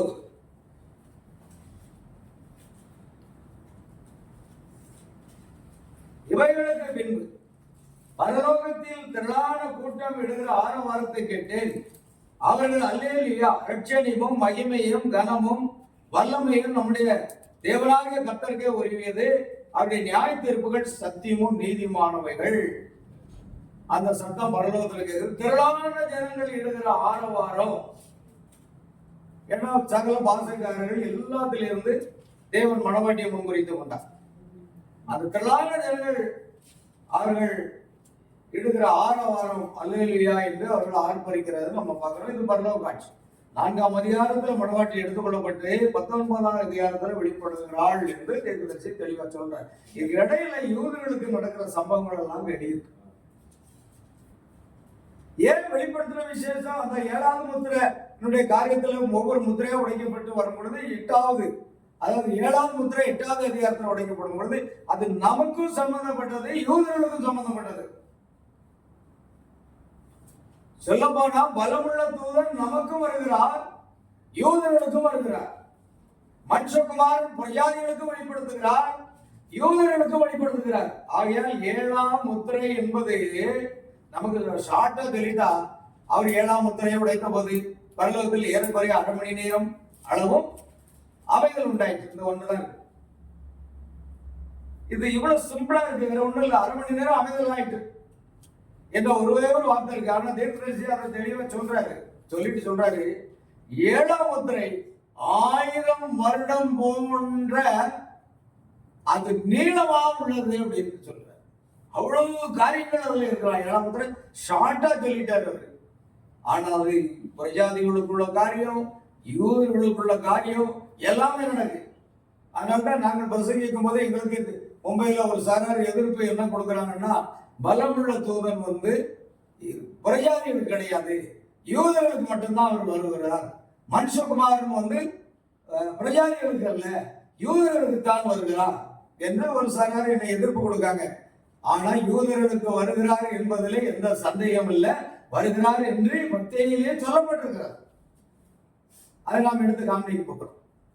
அதனால இது நீண்டதொன்று தீர்க்க சொல்ற 7ஆம் முத்திரை நீண்டதாக ஒன்றாக இருக்கிறது. அது 1000 வருஷம் போன நீண்டதாக இருக்கின்றன. 1000 வருஷம் நமக்கு 1000 வருஷம், ஆனா கர்த்தருக்கு அது ஒரு நாள் தான். அடுத்து இன்னொரு காரியம் சொல்றாரு. 7ஆம் முத்திரை என்பது ஆதியாகமம் தொடங்கி வெளிப்படுத்துற விசேஷம் வரைக்கும் காணப்படுகிறதுன்னு சொல்றாரு. அப்ப 7ஆம் முத்திரையில எவ்வளவு காரியம் இருக்கு பாருங்க. சாதாரணமா சொல்றேன்னு நினைக்க கூடாது. அது ஆதியாகமம் தொடங்கி காணப்படுகிறது. ஏன்னா அது கர்த்தருடைய வருகை அப்படிங்கிறது. ஆதியாகமம் தொடங்கி வெளிப்படுத்துற விசேஷம் வரைக்கும் 7ஆம் முத்திரை காணப்படுகிறது அப்படிங்கிறது. அப்ப இதுல எவ்வளவோ காரியங்கள் இருக்குது. நம்ம அதை ஆராய்ந்து பார்த்துட்டு போயிட்டே இருக்கலாம். ஏகப்பட்ட காரியத்தை தீர்க்கதரிசி பேசுறாரு. சரி, இப்ப நம்ம அந்த பாயிண்ட்டுக்கு வரும். இப்ப எடுத்துக்கொள்ளப்படுதல் 4ஆம் அதிகாரத்தில் நடைபெறுவதை நம்ம பார்க்கணும். சரி, இப்ப இங்க ஒரு காரியம் வெளிப்படுத்தல் 10ஆம் அதிகாரத்தில் உள்ள ஒரு காரியத்தை நம்ம பார்க்கிறோம்.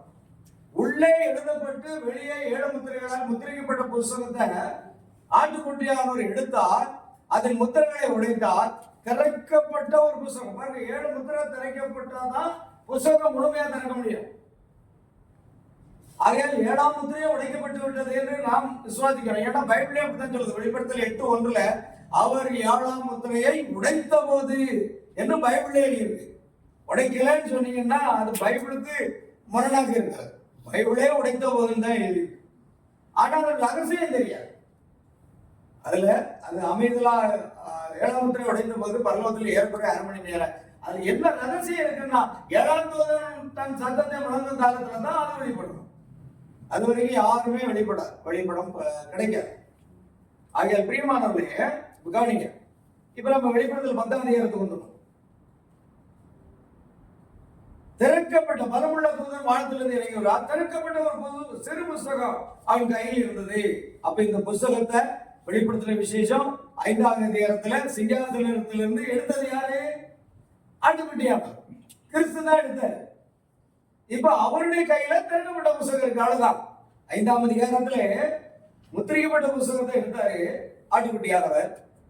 அதே ஆட்டுக்குட்டியானவர் என்ன செய்யறாருன்னா திறக்கப்பட்ட புஸ்தகத்தோட இறங்கி வர்றார். அவ்வளவுதான். அது வேற, ஆட்டுக்குட்டியார் வேற, பலமுள்ள தூதன் வேற அப்படின்னு நம்ம சொல்ல முடியாது. ஏன்னா அவர் கையில தானே புஸ்தகம் இருக்கு, அவர் தானே எடுத்தார். அப்ப முத்திரைகளை உடைச்சிட்டு திறக்கப்பட்ட புஸ்தகத்தோட அவர் இறங்கி வர்றாரு. அப்படியானால் அது கிறிஸ்து தான். அது கிறிஸ்து அல்ல என்று கடைசி கால செய்திகள் கூட அனைவரும் புரிந்து கொள்ளணும். அது கிறிஸ்து கிடையாது அப்படின்னு சொல்றாங்க. ஆனா தீர்க்கதரிசி சொல்லுதா அதனுடைய அடையாளம் என்ன? மேகம் அவனை சூழ்ந்திருந்தது, அவருடைய சிரசின் மேல் வானவில் இருந்தது, அவருடைய கால்கள் அக்கினி ஸ்தம்பங்களை போல இருந்தது அப்படின்னு சொன்னா இதை நம்ம வேதத்துல 3 பாகத்துல எடுக்க முடியும். அதை நீங்க சொல்லணும் மத்திய 17ஆம் அதிகாரத்துல எடுக்கலாம், அதை வெளிப்படுத்தின விசேஷம் 1ஆம் அதிகாரத்தில் எடுக்கலாம், மத்திய 17ஆம் அதிகாரத்திலையும் அவர் தன்னை மறுரூப காண்பிக்கும் போது முகம் சூரியனை போல பிரகாசம் இருந்தது. வெளிப்படுத்தின விசேஷம் 1ஆம் அதிகாரத்தை நம்ம பார்க்கும் பொழுதும் அங்கே என்ன எழுதியிருக்கிறது என்றால் அந்த 7 குத்துவடங்களின் மத்தியில் நிலையை தரித்து மார்பருகே பொற்கச்சை கட்டியிருந்த மனுஷம்பான் குப்பான்களை கண்டு அவருடைய சிரசும் மயிரும் வெண்பஞ்சை போலவும் உறைந்த மழை போலவும் வெண்மையாக இருந்தது அப்படின்னு அங்க வருச்சு. அப்போ மத்திய 17ஆம் அதிகாரத்திலே தன்னை மறுரூபப்படுத்தி காண்பித்த அதே இயேசு கிறிஸ்து வெளிப்படுத்தல் 1ஆம் அதிகாரத்துல பத்மனும் தீவில யோவானுக்கோடு பேசின அதே இயேசு கிறிஸ்து அந்த 2 காரியத்திலையும் பாருங்க வெண் வஸ்திரமா முகம் சூரியனை போல இருக்குது. அடுத்தது வெளிப்படுத்தல் 10ஆம் அதிகாரத்திலையும் கூட அங்கு அவருடைய முகம் சூரியனை போல இருந்தது. அப்படின்னா இந்த 3மே ஒரே நபரைத்தான் குறிக்கிறது. அவர்தான் கர்த்தராகிய இயேசு கிறிஸ்து. அல்லேலூயா. பாருங்க 3 வரை வேதத்துல பாருங்க, கர்த்தருடைய புஸ்தகத்தில் தேடி வாசிங்கள், அவைகளில் ஒன்றும் குறையாது, ஒன்றும் ஜோடி இல்லாது. ஜோடு வசனம் கண்டிப்பா வேணும். ஜோடு இல்லாத எந்த வசனமும் இருக்காதான் பைபிள்ல. கர்த்தருடைய புஸ்தகத்துல தேடி வாசிக்கணுமா, அவைகளில் ஒன்றும் குறையாது, ஒன்றும் ஜோடி இல்லாதது. கர்த்தருடைய வாயிலை சொல்லிட்டு அவருடைய ஆவி இவைகளை சேர்க்கும். அப்ப பரிசுத்த ஆவியானவர் இந்த இணை வசனத்தை நமக்கு சேர்த்து கொடுப்பாரு. இப்ப 3 காரியத்தை பார்த்துட்டு 3 காரியத்துல முகம் சூரியனை போலதான் இருந்ததுன்னா இந்த பலமுள்ளத்தவர் யாருன்னா அது கிறிஸ்து தான். சரி, இது 2ஆம் வருகையின் போது நடக்க வேண்டியதா இல்ல 3ஆம் வருகையின் போது நடக்க வேண்டியதா? இல்ல, எடுத்துக்கொள்ளப்படுதலுக்கு முன்பாக நடக்கிற சம்பவம் இது 2ஆம் வருகையின் போது நடக்கக்கூடிய ஒரு சம்பவம். ஏன்னா 3ஆம் வருகைங்கிறது எல்லா யூதர்களும் ரட்சிக்கப்பட்ட பிற்பாடு, அல்லது மோசே எலியாம் தோன்றி மரித்து பின்பு இங்கே எரிவாண்டு சத்தத்தை கண்டு மேலே எல்லாம் சொன்ன பிற்பாடு தன் மணவாட்டியை அழைத்து கொண்டு வருகிறார் தான் 3ஆம் வருகை. அப்படின்னா இது எந்த வருகையா இருக்க வேண்டும்? பலமுள்ள தூதன் இறங்கி வருகிறார்கள், எந்த வருகையா இருக்க வேண்டும்? பாருங்க, திறக்கப்பட்ட புஸ்தகத்தை கையில இருந்தது. தன் வலது பாதத்தை சமுத்திரத்தின் மேலும் தன் இடது பாதத்தை பூமியின் மேலும் வைத்து சிங்கம் கர்ச்சிக்கிறது போல மகா சத்தமாய் ஆர்ப்பரித்தான். இப்பொழுது அந்த புஸ்தகத்தை வாங்குறதுக்கோ அதன் முத்திரைகளை உடைப்பதற்கோ யாருமே தகுதி இல்லை என்று யோவான் அழுதான். மூப்பா, நீ அழாதே, இந்த புஸ்தகத்தை வாங்குவதற்கும் அதன் முத்திரைகளை உடைப்பதற்கும் யூதா கோத்திரத்து சிங்கமோ தாவீதின் வேறு மாணவர் ஜெயம் பெற்றிருக்கிறார் அப்படின்னு சொல்றார். ஆனா யோவான் பாக்குறான், அப்படியா அந்த சிங்கம் இங்க வர்றாருன்னு பாக்குறான், அங்க சிங்கத்தை காணும். அழிக்கப்பட்ட வண்ணமா இருக்கிற ஆட்டுக்குட்டியானவர் வருவார். சிங்கமா ஆக போகிறார் என்பதை முன்கூட்டியே அந்த மூவன் அங்க வெளிப்படுத்தி கொடுக்கிறார். இப்ப அடிக்கப்பட்டவன் அதான் பாக்குறான். யூதா கோத்திரம் சிங்கம் யாரு? தாவீதின் வேறு மாணவர் யாரு? அந்த சிங்கம் தானே அவர் வரணும் அப்படின்னு எதிர்பார்த்தான் யோவான். ஆனா அங்க வந்தது யாரு? அடிக்கப்பட்ட வண்ணமாய் இருக்கிற ஆட்டுக்குட்டியானவர், ரத்தம் தோய்ந்தவராக வந்து பாருங்கள், இன்னும் ரத்தம் தோய்ந்ததாக இருக்கிறது. ரத்தம் தோய்ந்ததாக அவர் வந்து சிங்காசனத்துல புஸ்தகத்தை எடுத்து முத்திரைகளை உடைத்து இப்பொழுது அவர் பலமுள்ள தூதனாக இறங்கி வரும் பொழுது அவர் யாராக இருக்கிறார் என்றால், அவர் தன்னுடைய பாதத்தை தன்னுடைய வலது பாதத்தை சமுத்திரத்து மேலும் இடது பாதத்தை பூமியின் மேலும் வைத்து சிங்கம் கர்ச்சிக்கிறது போல மகா சத்தமாய் ஆர்ப்பரித்தார். பாத்தீங்களா, அங்க யாரு அவர் ஆர்ப்பரிக்கும் போது சிங்கம். அப்ப சிங்கம் தானா? இன்னைக்கு அனைவர் சிங்கம் இல்லைங்க, இன்னும் ஆட்டுக்குட்டி தாங்க, இன்னும் ஆட்டுக்குட்டி தான்னு சொல்றாங்க. அப்ப தீர்க்கதரிசி செய்தி அப்படி இல்லையே, பைபிளும் அப்படி இல்லையே.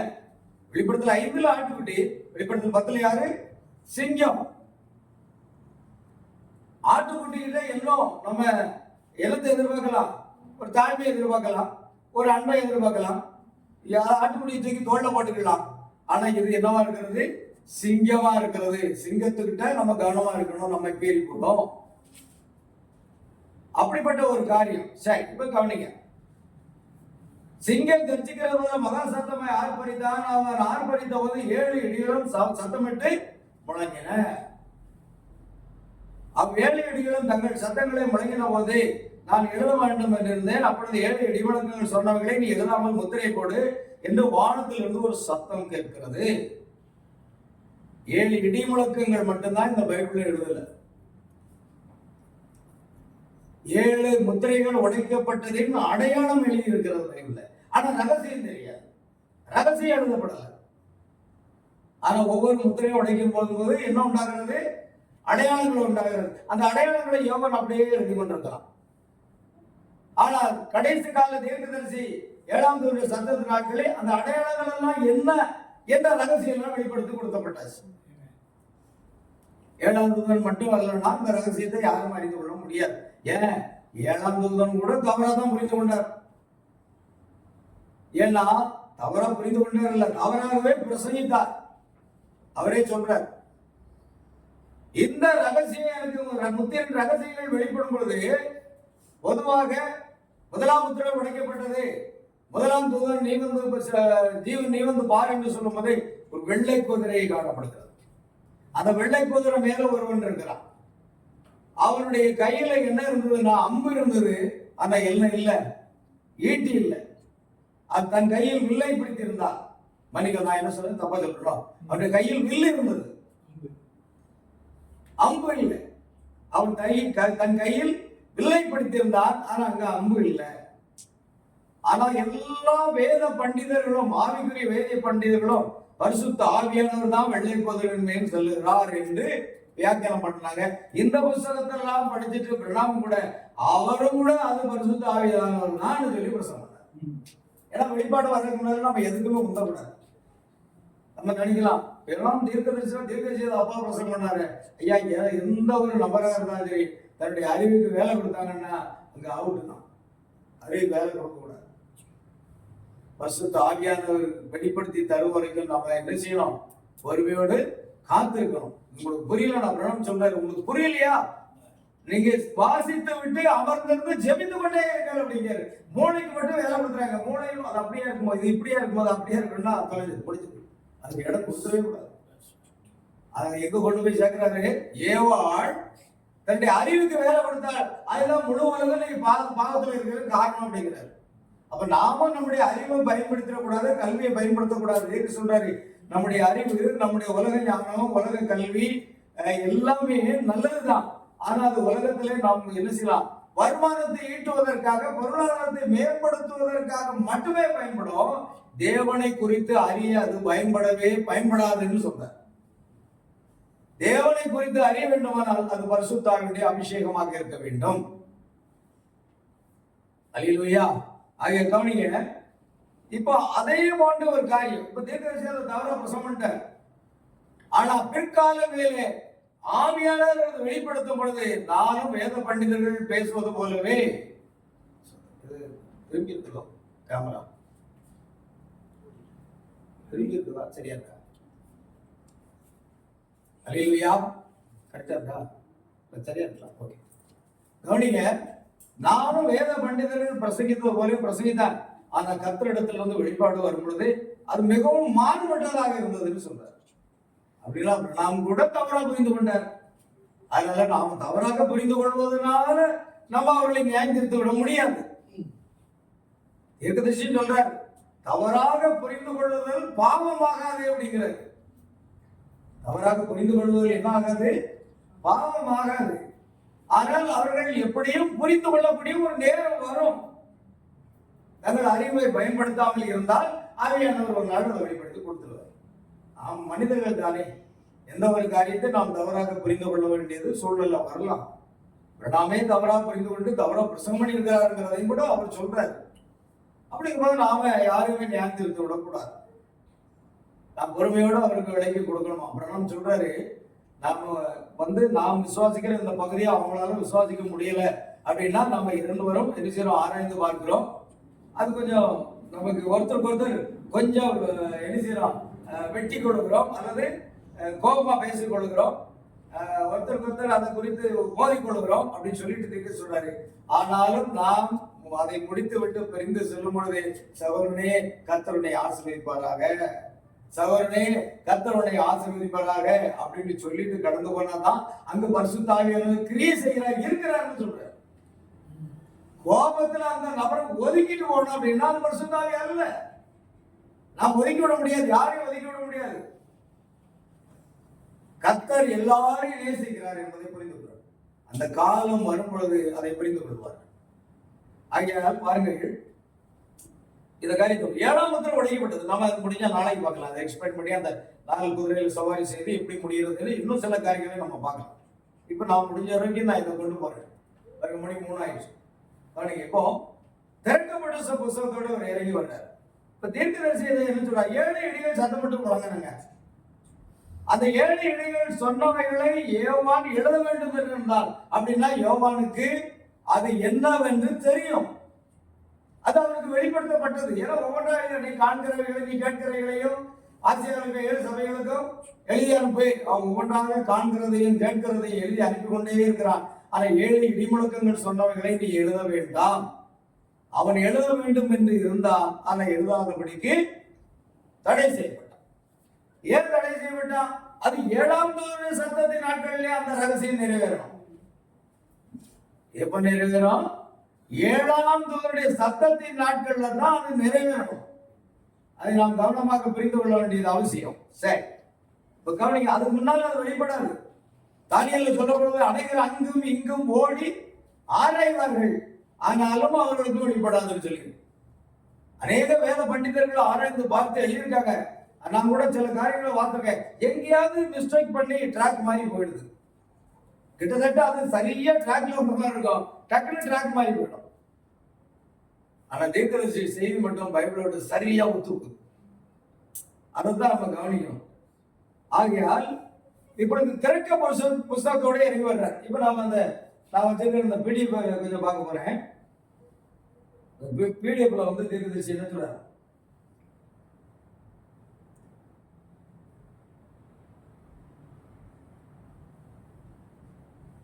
இப்பொழுது முதலாம் வருகையில அவர் ரத்தம் சிந்தி மரித்து உயிர்த்தெழுந்து பரலோகத்துக்கு சென்று பிதாவின் வலது பாரிசத்தில் உட்கார்ந்து கொண்டு நமக்காக பரிந்து பேசுகிறவராக இருக்கிறார் என்று பைபிள் இருக்கு.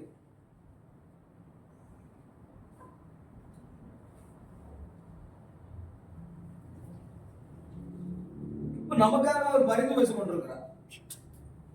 தீர்க்கதரிசி சொல்றாரு,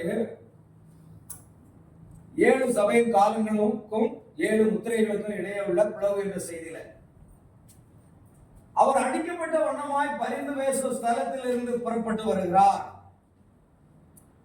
அவர் எதற்காக வருகிறார்? அவரை கவனிங்கள். யோவானே அழாதே, இதோ சிங்கம் வருகிறார், அவர் தான் ஜெயம் கொண்டவர் என்று மூப்பன் கூறினார். யோவான் பார்த்த பொழுது அடிக்கப்பட்டு ரத்தம் சோய்ந்த ஆட்டுக்குட்டியை கண்டார். இப்பொழுது ஆட்டுக்குட்டியானவர் இங்கு வருகிறார். அவரது பரிந்து பேசும் நாட்கள் முடிவடைந்து விட்டன. இங்கதான் அநேகர் புரிந்து கொள்ள முடியாது. அது எப்படி பரிந்து பேசும் மொழியை முடிஞ்சிட்டுனா அப்ப யாருமே ரட்சிக்கப்பட மாட்டாங்களா? யாருமே இன்னும் ரத்தம் இல்லையா? யாருமே மீட்கப்பட முடியாதா? அப்படிங்கிற ஒரு கொஸ்டின் வரும் இல்லையா? நம்ம எல்லாருக்கும் வரல, நிறைய பேர் வருது. அவர் சொல்ற தேர்தல் சொல்றாரு, ஏற்றுக்கொண்டுதான் ஆகணும்.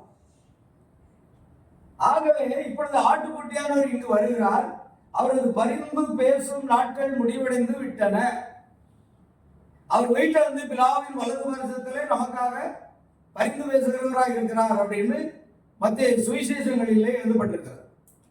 ஆனா இங்கே என்ன அப்படின்னா, தீர்க்கதரிசி சிங்கமாக வரும்பொழுது புஸ்தகங்களை உடைத்து விட்டு திறக்கப்பட்ட புஸ்தகத்தோடு இறைவரார். இனி என்ன செய்யறாரு? ஒரு பாத்திர சமுத்திரத்து மேல, இன்னொரு பாத்திரம் பூமியில வைத்து நீ காலம் செல்லாதுன்னு சொல்றாரு.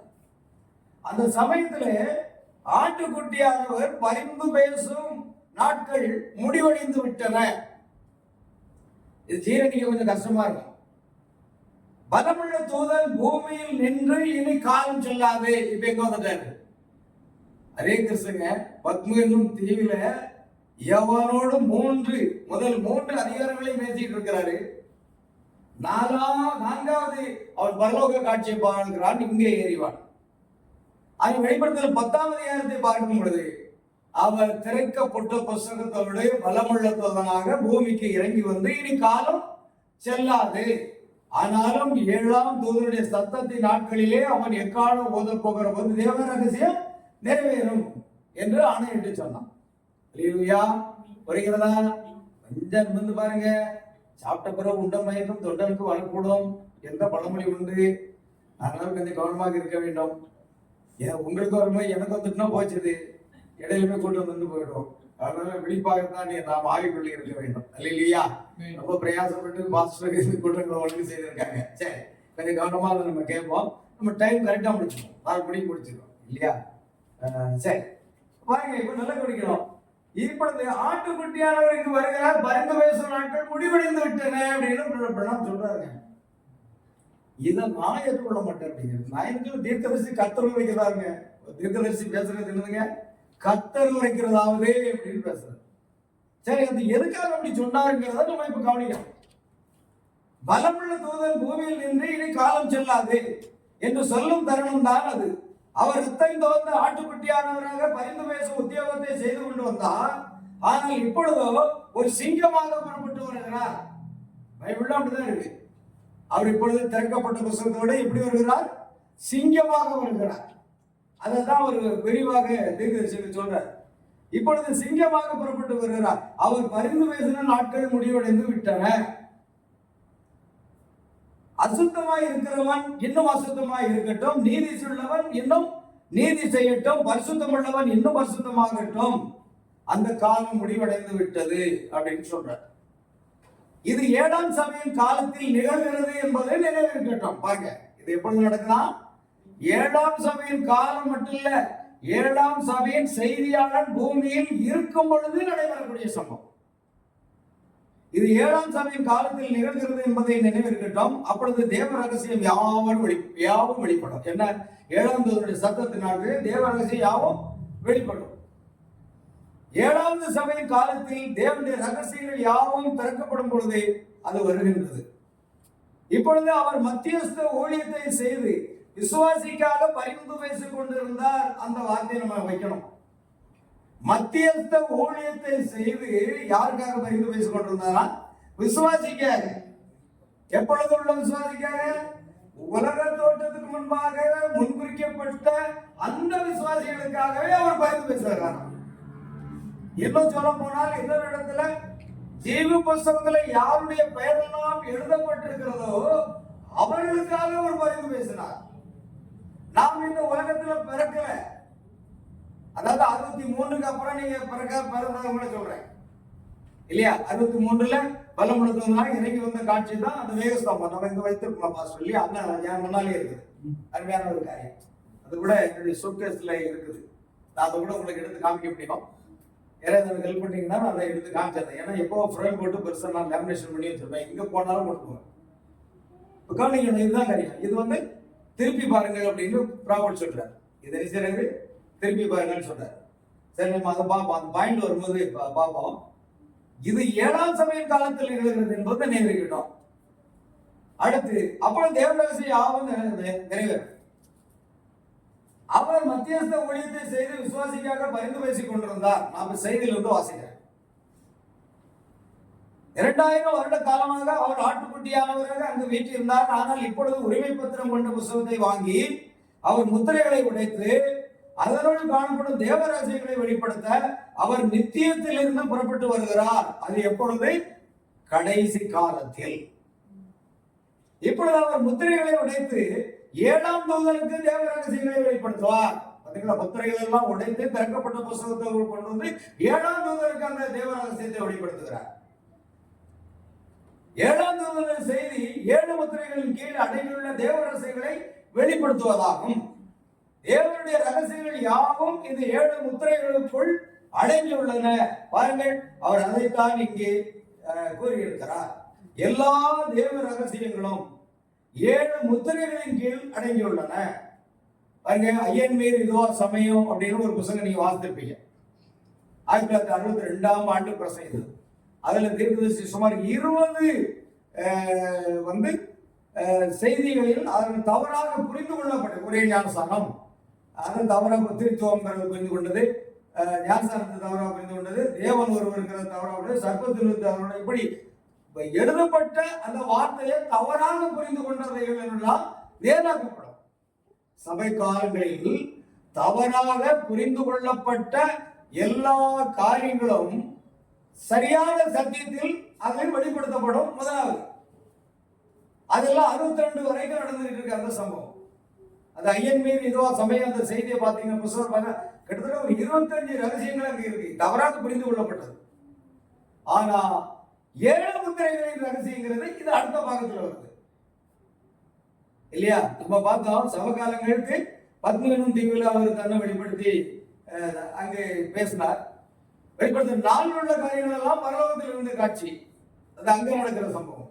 அதே போன்றுதான் தவறாக புரிந்து கொள்ளப்பட்ட ஒரே திருத்தோ அல்லது பசுத்தாவி மகாபலி ஞானசானம், சர்ப்பத்தில் வித்து பழம் சாப்பிட்டது, இது எல்லாமே சரிப்படுத்துகிற ஒரு காரியம். தவறான காரியங்கள் எல்லாம் நிவர்த்தி செய்யப்படுகிறது.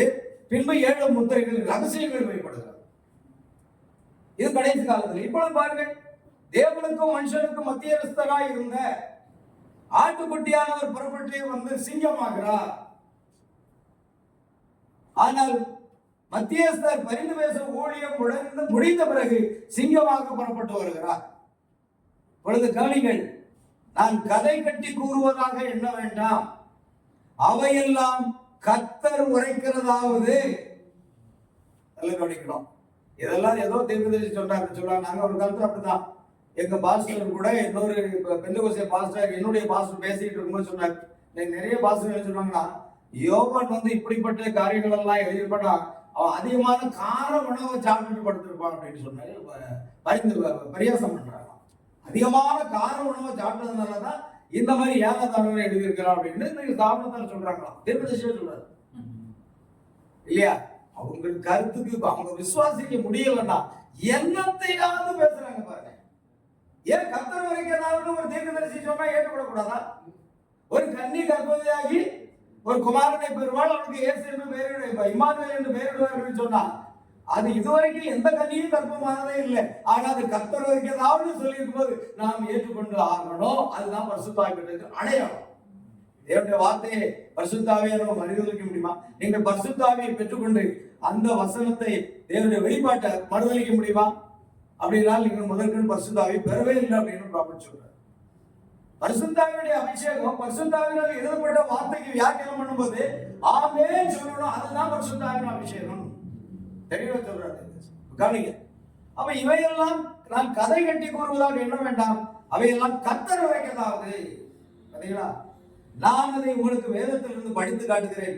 7ஆம் தூதனின் செய்தி முழங்கும் போது தேவன் தம்முடைய பரிசுத்த தீர்க்கதரிசிகளின் மூலமாய் உரைத்த தேவ ரகசியம் நிறைவேறும்.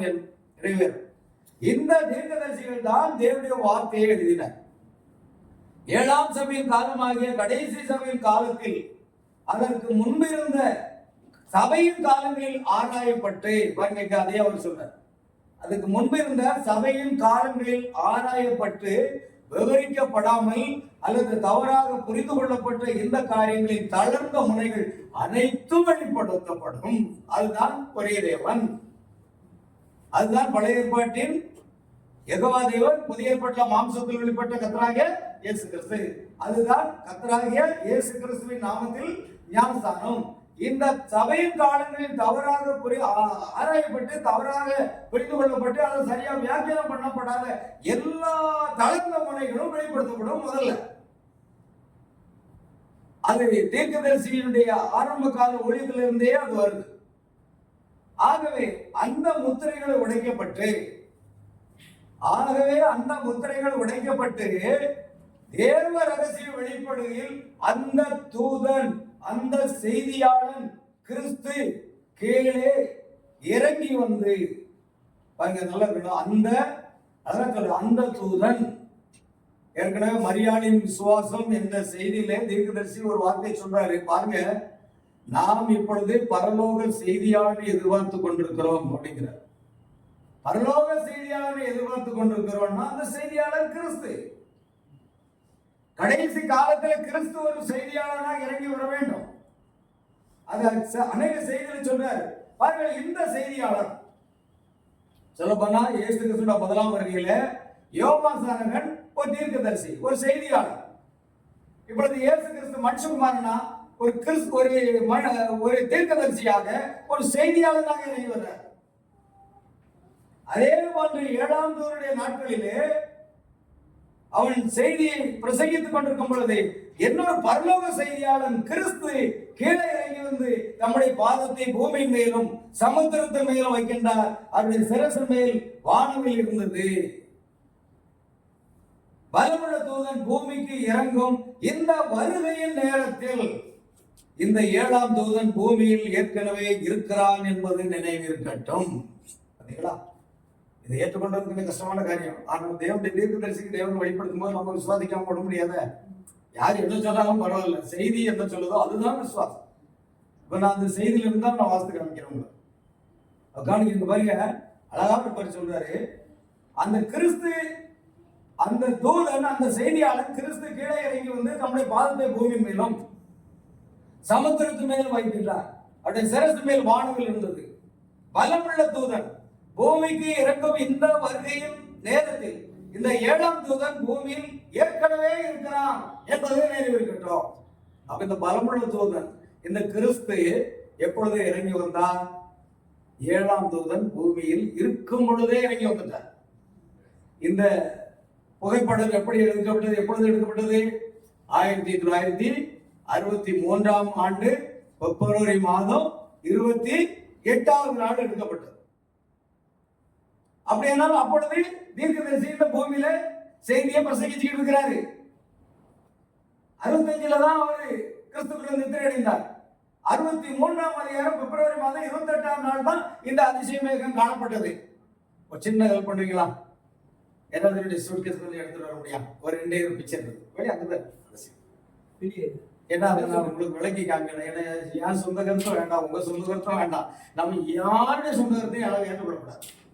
செய்தியை மட்டும் ஏற்றுக்கணும், வார்த்தை மட்டும் ஏற்றுக்கணும். ஏன்னா வார்த்தையில தான் ஜீவன் இருக்கு. நம்ம வார்த்தை எப்படி விட முடியும் தெரியுமா? உலகம் முழுவதும் ஆதாயப்படுத்தி கொண்டாலும் நான் ஜீவனை நஷ்டப்படுத்தி நமக்கு லாபம் இல்லை. அப்ப அதை விட்டு விட முடியாது. நமக்கு ஜீவன் முக்கியம். நம்ம ஆண்டுகளாக ஆண்டவரை சேவித்து வருகிறோம். எடுத்துக்கொள்ள விடுதல போகலன்னா நம்ம வாழ்ந்து என்ன பயன்? அதான் நான் கேட்கிறேன், என்ன பயன்? உலகம் முழுவதும் ஆதாயப்படுத்தி உள்ள ஜீவனை நஷ்டப்படுத்த லாபம் இல்லை. ஜீவனத்துக்கு இடாக இடத்தை கொடுப்பான். அல்லேலூயா. அதை அப்படியே எடுத்துட்டு வந்து நாங்க எடுத்துறேன். கர்த்தர் சொல்றோம் பாருங்க, நாம கொண்டு போயிட்டு இருக்கிறோம். நாளைக்கு தொடர்ந்து போவோம். கவனிக்கணும், அது தீர்க்கதரிசிங்க சொல்றதை நான் வச்சு எங்க கொண்டாங்க, அப்படியே கொண்டாங்க.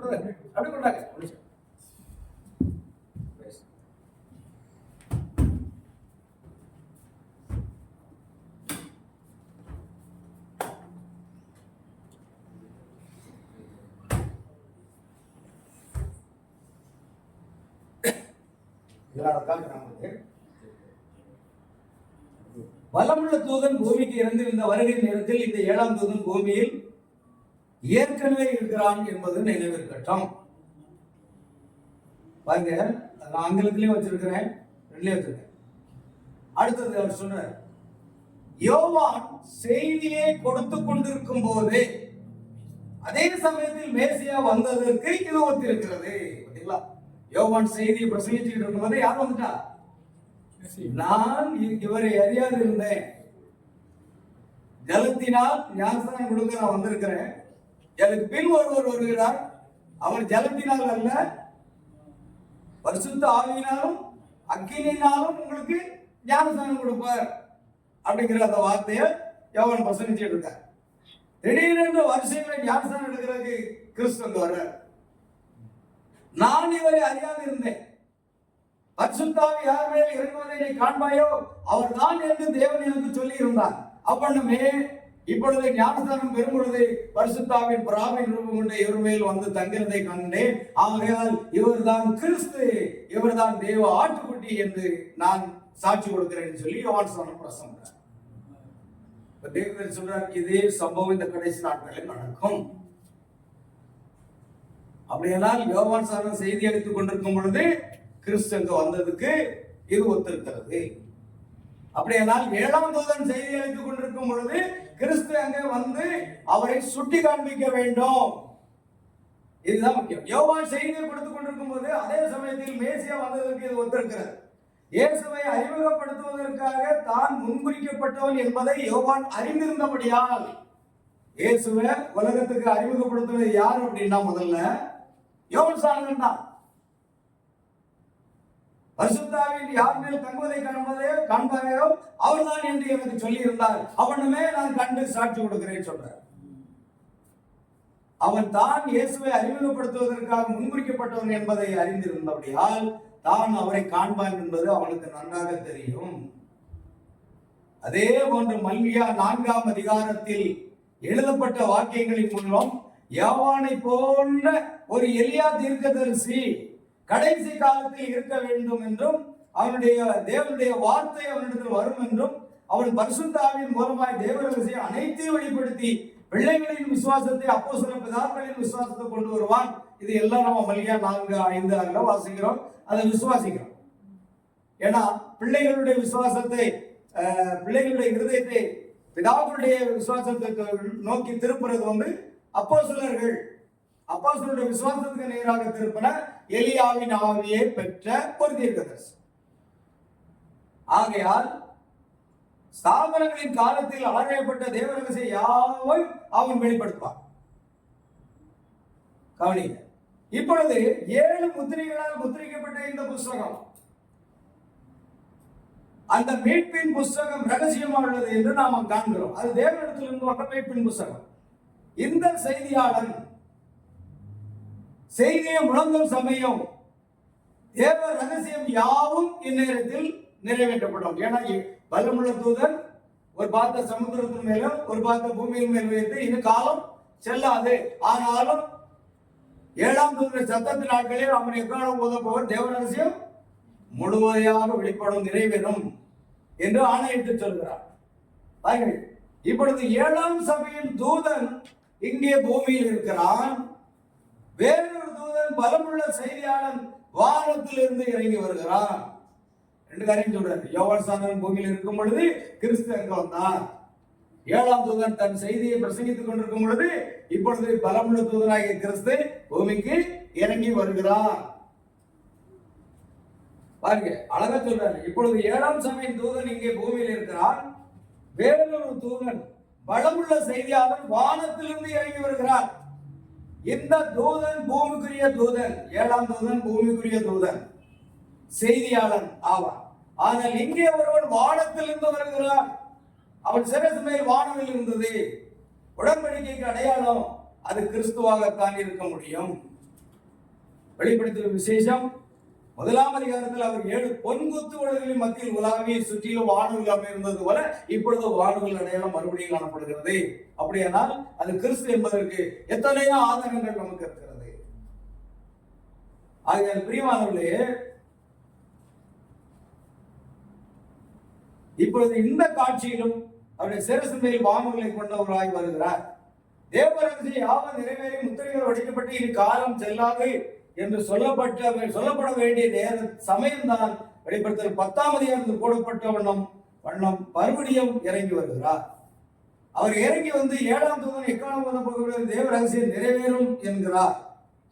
ஆகையால் அந்த தூதன் பிரத்யட்சமாகக்கூடிய நேரமாக இது இருக்கிறது என்று தீர்க்கதரிசி அருமையான காரியம் சொல்றார். இது நிறைய பாயிண்ட்ஸ் வச்சிருக்கேன்.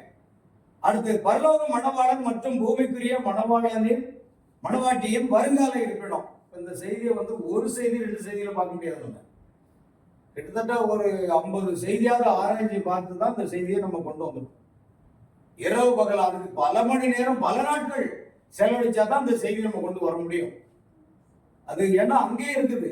ஏன்னா கர்த்தருடைய புத்தகத்துல தேடி வாசிகள் அவங்க ஒன்றும் குறையாது, ஒன்றும் ஜோடி இல்லாது. கர்த்தருடைய வாயத்தை சொல்லிட்டு கர்த்தருடைய ஆவியை சேர்க்கணும். மாதிரி தீர்க்கதரிசி செய்தியை தேடி தேடி பார்த்தீங்கன்னா இணையான காரியங்கள் எல்லாம் அவர் இணைச்சி பல ஆவியானவர் தந்துருவார். ஆகியால் தேவனுடைய முதல் வேதாகம் பாருங்க, முக்கியமான பாயிண்ட் நான் சொல்றேன். இதை இப்ப சொல்றேன். தேவனுடைய முதல் வேதாகம் வானங்களில் உள்ள வான ராசிகள். படத்துல எங்க வந்திருக்காரு? வான ராசிக்கு வர்றாரு. அது தொடங்கப்பட்டு ஒவ்வொரு காலத்திலையும் ஓடுகிறது. வான ராசியில் முதலாவது காணப்படுகிறது கன்னியாக இருக்கிறார். கன்னி ராசி தான் முதல் ராசி. மொத்தம் எத்தனை ராசி உண்டு? 12 ராசி உண்டு இல்லையா? ராசிகள் 12 உண்டு. இப்போ கன்னி ராசி அதுதான் முதலாவது. பாருங்க, அபிதமாக தான் இயேசு முதலாவது வந்தார். கிறிஸ்து எப்படி வந்தாரா? கன்னி ராசியாக வந்தாருன்னு சொல்றார். கண்ணீர் மூலமாக வந்தார். அதுதான் கன்னிராசி. ஏன்னா கன்னிராசிங்கிறது மந்திரவாதம் கிடையாது, இந்துக்களுக்குரியது கிடையாது. அது வான சாஸ்திரங்க. வானத்தில் உள்ள என்னது அந்த கிரகங்கள், அதன் அடிப்படையில் தான் அது எழுதப்பட்டது. கன்னிராசி. அடுத்த வான ராசியில் கடைசி காணப்படுவது லியோ என்னும் சிங்கமாக இருக்கிறது. பலமுள்ள தூதனுடைய வருகை என்ன வருக? சிங்கத்தின் வருக. நம்மை ரட்சிக்க வந்த வருகை எதன் மூலமா? கண்ணீர் மூலமாக. முதலாம் வருகை கண்ணீர் மூலமாக வருகிறார். இரண்டாம் வருகை சிங்கமாக இறங்கி வருகிறார். ஏன்னா பைபிள் ரொம்ப டேலியா இருக்கு நமக்கு செய்தியோட.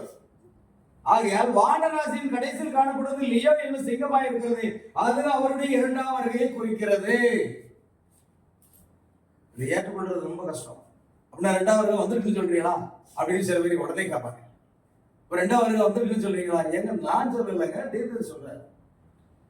ஆனா ரெண்டாவது வருகை முடிந்து விட்டதுன்னு சொல்றாங்களா? அதுதான் தவறு செய்யறாங்க. முதலாம் வருகை குழந்தையா இருக்கும்போது வந்துட்டாரு. ஆனா நாம இன்னும் மீட்கப்படல, இன்னும் சுவிசேஷம் பிரசங்கிக்கல, இன்னும் அவர் மனம் திரும்ப பரவராஜிக்கிறது செய்தி பிரசங்கல, என்ன கல்வாரி சிலைக்கு போகல, என்ன நமக்காக அடிக்கப்படல, என்ன நம்முடைய பாவத்தை சுமக்கல. ஆனா 33 ஆண்டுகள் கழித்து ஒரு நாள் அவர் கல்வாரி சிலைக்கு போறார். நம்முடைய பாவங்கள், அக்கிரமங்கள், வியாதிகள், தலைகள் எல்லாத்தையும் சரீரத்தில் ஏற்றுக்கொண்டார். அப்பொழுது அவர் சிலுவையில் இடைப்பட்டு மரித்து 3ஆம் நாள் உயிர்த்தெழுந்து தாம் உயிரோடு இருக்கிறவர்களாக 40 நாட்கள் தரிசனமாகி பின்பு மேகங்களுக்குள்ளாக அவர் எடுத்துக் கொள்ளப்பட்டார். முதலாம் வருகை முற்று பெற்று விட்டது. முதலாம் வருகை குழந்தையில துவங்கி 30 வருஷம் வரைக்கும் அவர் பூமியில தான் இருக்காரு. எதிர்பார்த்து கொண்டிருந்த கிறிஸ்து பூமியில தான் இருக்காரு. 30 வருஷமாக தான் இருக்காரு. யாரும் கண்டுபிடிக்க முடியல. 30 வயசுல ஞானஸ்நானம் பெற்று வந்து பிரசங்கம் பண்ணும்போதுதான் அநேகர் இவர் தான் மேசியான்னு கண்டுபிடிச்சாங்க. அநேகருக்கு புரியல. ஏன் வேத பாரகர், வேத பண்டிதர்கள் சொன்னாங்க, இவன் பெயர் சொல்லும் பிசாசு தலைவன், மேசித்தனத்தால் பிறந்தவன். யாருமே கண்டுபிடிக்க முடியல. அதை கண்டுபிடிக்கிறதுக்கு ஒரு வெளிப்பாட கர்த்தர் தந்தாத்தான் முடியும். முதலாம் வருகை அறிகிறதுக்கு, கிறிஸ்துவ அறிகிறதுக்கு அது ஒரு வெளிப்பாடுங்க. அது நமக்கு கர்த்தர் அந்த காலத்துல, அதாவது முதலாம் வருகை காலத்துல யாருக்கெல்லாம் அந்த வெளிப்பாடு கொடுக்கப்பட்டிருக்கிறதோ அவர்கள் அடையாளம் கண்டு கொண்டாங்க. மெய்யாகவே நீ கிறிஸ்துதான். ஏன் சமாரிய ஸ்திரீ கூட கண்டுபிடிச்சிட்டாங்க இல்லையா? அந்த சமாரிய ஸ்திரீ பாருங்க, அவருடைய எவ்வளவு பாவம் நிறைந்த வாழ்க்கை வாழ்ந்துருக்கு. 5 புருஷன் தான், இப்போ அவங்க 6வது புருஷன் கிடையாது. கிணற்றண்டையில் இருக்கிற தண்ணீர் போல வரும்பொழுது இயேசு கிறிஸ்து பார்த்து பேசுறாரு, நீ முதலாவது புருஷன் அழைத்து கொண்டு வா. முதல்ல தண்ணி கேட்கிறாரு. இவங்களுக்கு சமாரியருக்கு சம்மதம் கிடையாது, நீர் யாருக்கு தண்ணீர் கேட்கிறீர்கள் அப்படின்னு. வந்திருக்கவர் இன்னார் என்று அறிந்திருந்தால் நீ அவருக்கு ஜீவ தண்ணீரை கேட்டுப்பாய், அவர்களுக்கு ஜீவன் தண்ணீரை கொடுத்திருப்பாரு. அப்படின்னா இந்த கடத்தை தந்த யாக்கோவை காட்டிலும் நீர் பெரியவரோ? அந்த சம்பாதனை நின்று போயிட்டே இருக்கு. கடைசியில் இயேசு சொல்றாரு, புருஷனை அழைத்துக் கொண்டு வா. எனக்கு 5 புருஷன் இருந்தாங்க, ஆனா இப்ப இருக்கிறது யாரும் கிடையாது. எல்லாம் பண்ணிக்கிறோம். இயேசு கிறிஸ்துவ வெளிப்பா, உன் புருஷனை அழைத்து கொண்டு வா சொல்லிட்டு அந்த வெளிப்பாடையும் அவர் கொடுக்கிறார். எனக்கு புருஷன் இல்லை அப்படின்னு சொல்றார். புருஷனை அழைத்து கொண்டு வா என்று சொல்லும் பொழுது புருஷன் இல்லை. ஏன்னா 5 புருஷன் மரணம் அடைந்து, நான் இப்போ வேற ஒரு மனிதனோடு திருமணம் ஆகாதவனும் வாழ்ந்து கொண்டிருக்கிறார். உடனே இயேசு கிறிஸ்து இறுதியின் ரகசியத்தை அறிந்து சொல்றாரு, உண்மைதான், உனக்கு 5 புருஷர்கள் இருந்தார்கள், ஆனா இப்பொழுது இருக்கிறவங்க உனக்கு புருஷன் அல்ல. உடனே மகன், நீ தீர்க்கதரிசி என்று காண்கிறேன். அடுத்த வசனம், மேசியா வருவார், இன்னும் அநேக காரியங்களை வெளிப்படுத்தி கொடுப்பார். அடுத்த நிமிஷமே உன்னுடன் பேசுகிற நானே அவர். முடிஞ்சு போச்சு. அவ்வளவுதான், ரெவலேஷன் கிடைச்சு போச்சுங்க. ரெவலேஷன் யாருக்கு கிடைக்கணும்னு நினைக்கிறீங்க? கல்வியானவர்களுக்கா? இல்ல. அந்த மோசமான வாழ்க்கை வாழ்ந்த அந்த பெண்ணுக்கு உடனே வெளிப்படுத்தல் கிடைத்து விட்டது. கொடுத்து அங்கேயே போட்டுட்டு ஊருக்குள்ள போறா. ஓ, வந்திருக்கிற கிறிஸ்து தாரா, வந்து பாருங்கள். ஒரு கூட்ட ஜனங்களை அழைத்து கொண்டு வருகிறார். ஒரு கூட்ட ஜனங்கள் ஓடி வருகிறாங்க, பாக்குறாங்க. உன் சொல்லி நிமித்தம் அல்ல, நாங்களே அவரை அடையாளம் கண்டு கொண்டோம், உலகத்தில் வருகிற ரட்சகராக இயேசு இவர்தான் அப்படின்னு சொல்லி. என்னன்னா அது ஒரு வெளிப்பாடு வேணும். வெளிப்பாடு இல்லைன்னு பாருங்க. இயேசு கிறிஸ்து முதலாம் வருகையில் வந்திருக்கும் போது பாருங்க, அவர் பெயர் சூழல் சாஸ்திரி தலைவர் ஏதா பாருங்க பரியர்கள் எல்லாம் அவரை வசைப்பட்டாங்க. ஆனா சமாரியஸ்தருக்கு இப்ப தேவன் எளிமை உள்ளவர்களுக்கு அவர் தன்னை வெளிப்படுத்துறார், கலியுமான்களுக்கு அல்ல. அதே போன்றுதான் இந்த கடிதம் முதலாம் வருகையில கண்ணின் மூலமா வந்தத அநேகர் அறியல. ஆனா வசனம் இருக்கு. ஏசாயா 7:14 இருக்கு. ஒரு கன்னி கர்ப்பவாய் ஒரு பார்வை பெறுது, அப்படி இம்மானுவேல் என்று பெயரிடுவார்கள். இன்னும் ஏசாயா 9:6 வசனத்துல இருக்குது. அது என்ன? நமக்கு ஒரு பாலகன் பிறந்தார், நமக்கு ஒரு குமாரன் கொடுக்கப்பட்டார், கர்த்தர் ஒரு தோளின் மேல் இருக்க, ஒரு நாமம் அதிசயமானவர், ஆலோசனை கர்த்தா, வல்லமையுள்ள தேவன், நித்திய பிதா, சமாதான பிரபு எனப்படும். இதெல்லாம் பைபிள்ல இருக்கு. அதே போல மீக 5:2 எப்ராத்தா என்னப்பட்ட பெத்லகேமே, நீ யூதாவில் சிறியதா இருந்தாலும் இஸ்ரவேலை ஆள போகிறவர் உன்னிடத்திலிருந்து புறப்பட்டு என்னிடத்தில் வருவார். அங்கே இருக்குது. அடுத்து சகரியாவில் சொல்லப்பட்டிருக்கிறது, அவர் கழுதையின் மேலும் கழுதை குட்டியாக மரியின் மேலும் ஏறி வருவார் மேல் இருக்கு. எவ்வளவு வேதவசனங்கள் இருக்கிறது. ஆனா அவர்களுக்கு புரியல. ஏன்? இயேசு உயிர்த்தெழுந்த பிற்பாடு எம்மாவூருக்கு போகக்கூடிய அந்த 2 சீடர்கள் கூட இயேசு கிறிஸ்து போய்கொண்டே இருக்கிறார். நீங்கள் பேசுகிறதனுடைய காரியம் என்ன? இந்நாட்களில் எருசலேமில் நடந்ததை அறியாதபடிக்கு நீர் அந்நியரோ? அப்படி என்னதான் நடந்தது? நசரேயனாக இயேசு என்னும் ஒருவர் இருந்தார், அவர் தான் எங்களை மீட்டு ரட்சிப்பார் என்று நாங்கள் நம்பி இருந்தோம். ஆனா எங்க நம்பிக்கை போய்விட்டது. துக்க முகத்தோடு போய்கிட்டு இருந்தாங்க. அந்த பிரயாணத்துல இயேசு மோசே முதலான சகல தீர்க்கதரிசிகளும் தன்னை குறித்து சொன்னவர்களை எல்லாம் விவரிச்சு அவர்களுக்கு போதிக்கிறாரு. அப்பவும் அவங்களுக்கு புரியல. இயேசு அப்புறம் போகிறவர் போல காணப்படுகிறார். பொழுது போயிட்டு எங்களோட வந்து தங்கிறோம். நேரம் போய் இயேசு கிறிஸ்து அங்க போய் தங்கியிருந்தார். இரவு வேளையில அப்பத்தை ஸ்தோத்திரம் பண்ணி பெட்டி கொடுத்தார். கண்கள் திறக்கப்பட்டது. ஓ, கிறிஸ்து அல்லவா வீட்டிலிருந்து நமக்கு தரிசனமானார் என்று சொல்லி அந்நேரமே எருசலேமுக்கு போய் கிறிஸ்து எங்களுக்கு தரிசனமானார் போய் சொல்ல ஆரம்பிச்சாங்க. பாருங்க, இந்த வெளிப்பாட கர்த்தர் கொடுக்கலன்னு நாம ஒன்றுமே பெற்றுக்கொள்ள மாட்டாங்க. நான் அதான் விசுவாசிக்கிறேன். நமக்கு வெளிப்பாடு அவர் தரணும். இல்லைன்னா நாம் தேவனிடத்திலிருந்து ஒரு காரியத்தை நாம் பெற்றுக்கொள்ள மாட்டோம். அல்லேலூயா. அதே போல முதலாம் வருகையில அவர் எத்தனை பேர் அறிந்து கொண்டார்கள்? கண்ணின் மூலமா வருவார் எழுதியிருக்கிறதே, எல்லா வேதவசனங்களையும் எழுதியிருக்கிறது. அவருடைய சீசர்களுக்கு அதை புரியுறது கஷ்டமா இருந்தது. அப்படின்னா இந்த கடைசி காலத்துல நாம் தீர்க்கதரிசி செய்தியில விசுவாசிக்கக்கூடியவர்களாக இருந்தாலும் சரி, இதை புரிந்து கொள்வது கொஞ்சம் கடினம் தான். ஆனா நாம புரிந்து கொள்வதற்கு கடினமாக இருப்பதனால் சத்தியம் இல்லாமல் போகாது. அது கர்த்தர் உரைக்கிறதாவது என்றால் அது கர்த்தர் உரைக்கிறதாவது தான். ஒரு கன்னி கர்ப்பவதியாகி ஒரு குமாரனை பெறுவாள், அவள் இம்மானுவேல் என்று பெயரிடுவார்கள், கர்த்தர் உரைக்கிறதாவது என்று ஏசாயா சொன்னார். ஒரு காலத்தில் கன்னி கர்ப்பவதி ஆகல. ஆனா 712 ஆண்டுகள் கழித்து அது அப்படியே நிறைவேறிற்று. வானமும் பூமியும் ஒழிந்து போனாலும் தேவனுடைய வார்த்தை ஒரு காலம் ஒழிந்து போகாது. அப்படியானால் இது கர்த்தர் உரைக்கிறதாவது சொல்லும்போது அது ஒழிந்து போகாது. நாம புரிந்து கொள்றது கஷ்டமா இருக்கலாம், அல்லது புரிந்து கொள்ளாமல் இருக்கலாம். அது அவரவரை சார்ந்தது. ஆனா கர்த்தர் தான் நமக்கு புரிய வைக்க முடியும். தீர்க்கதரிசியே சொல்றார், இது கடினமான ஒரு காரியம், அநேகர் புரிந்து கொள்வதே கடினம் அப்படின்னு சொல்றார். கவனிங்க, நல்ல கவனிங்க. இப்போ வானராசியின் கடைசியில் காணப்பட்டதில் லியோ என்னும் சிங்கமாய் இருக்கிறது. அதனுடைய 2ஆம் வருகையை குறிக்கிறது. பாருங்க, இது அப்படியே கொண்டு வருகிறார். அதுக்கு கொஞ்சம் முன்னால கடகம் என்னும் ராசியில இருக்கும். அதான் புற்றுநோய் காலங்கள். புற்றுநோய் அதிகமாக வந்த காலத்துலதான் தீர்க்கதரிசி பிரசங்கம் பண்ணி அநேக புற்றுநோய் சுகமாகுது. அதான் கடகராசின்னு சொல்றார். நண்டு கடகராசி என்பது புற்று நோயினுடைய யுகத்தை காண்பிக்கிறது. ஆனா அடுத்த முத்திரை திறக்கும் பொழுது அவர் சிங்கமாக இருக்கிறார். எது? 7ஆம் முத்திரை. 7ஆம் முத்திரை கிறிஸ்துவை பூமிக்கு கொண்டு வருகிறது அப்படின்னு சொல்றார் தீர்க்கதரிசி. 7ஆம் முத்திரை கர்த்தருடைய வருகை, பரலோக அமைதியா இருந்தது. அங்கு இசைக்கருவிகள் வாசிக்கிறவர்கள் எல்லாம் அமைதியா நின்று விட்டார்கள். ஏறக்குறைய அரை மணி நேரம் அளவும் அமைதல் உண்டாயிற்று. பாருங்க, 7ஆம் முத்திரை உடைக்கப்பட்ட பொழுது அங்கு என்ன உண்டாயிற்று? ஏறக்குறைய அரை மணி நேரம் அளவு அமைதல் உண்டாயிற்று. அங்கு இசைக்கருவிகள் வாசிகள் நின்று விட்டார்கள். எல்லாமே அமைதியாகி விட்டது. காரணம், கிறிஸ்துவுக்கு கீழே இறங்கி வருகிறார். 7ஆம் தூதன் பூமியில் இருக்கும் பொழுதே அவர் இறங்கி வந்திருக்கிறார் என்று தீர்க்கதரிசி ஆழமா சொல்றார். இந்த பலமுள்ள தூதன் இப்பொழுது இங்கு நின்று கொண்டிருக்கிறார். சபையோரை நீங்கள் காண்கிறீர்களா? ஒரு கேள்வி கேட்கிறார்.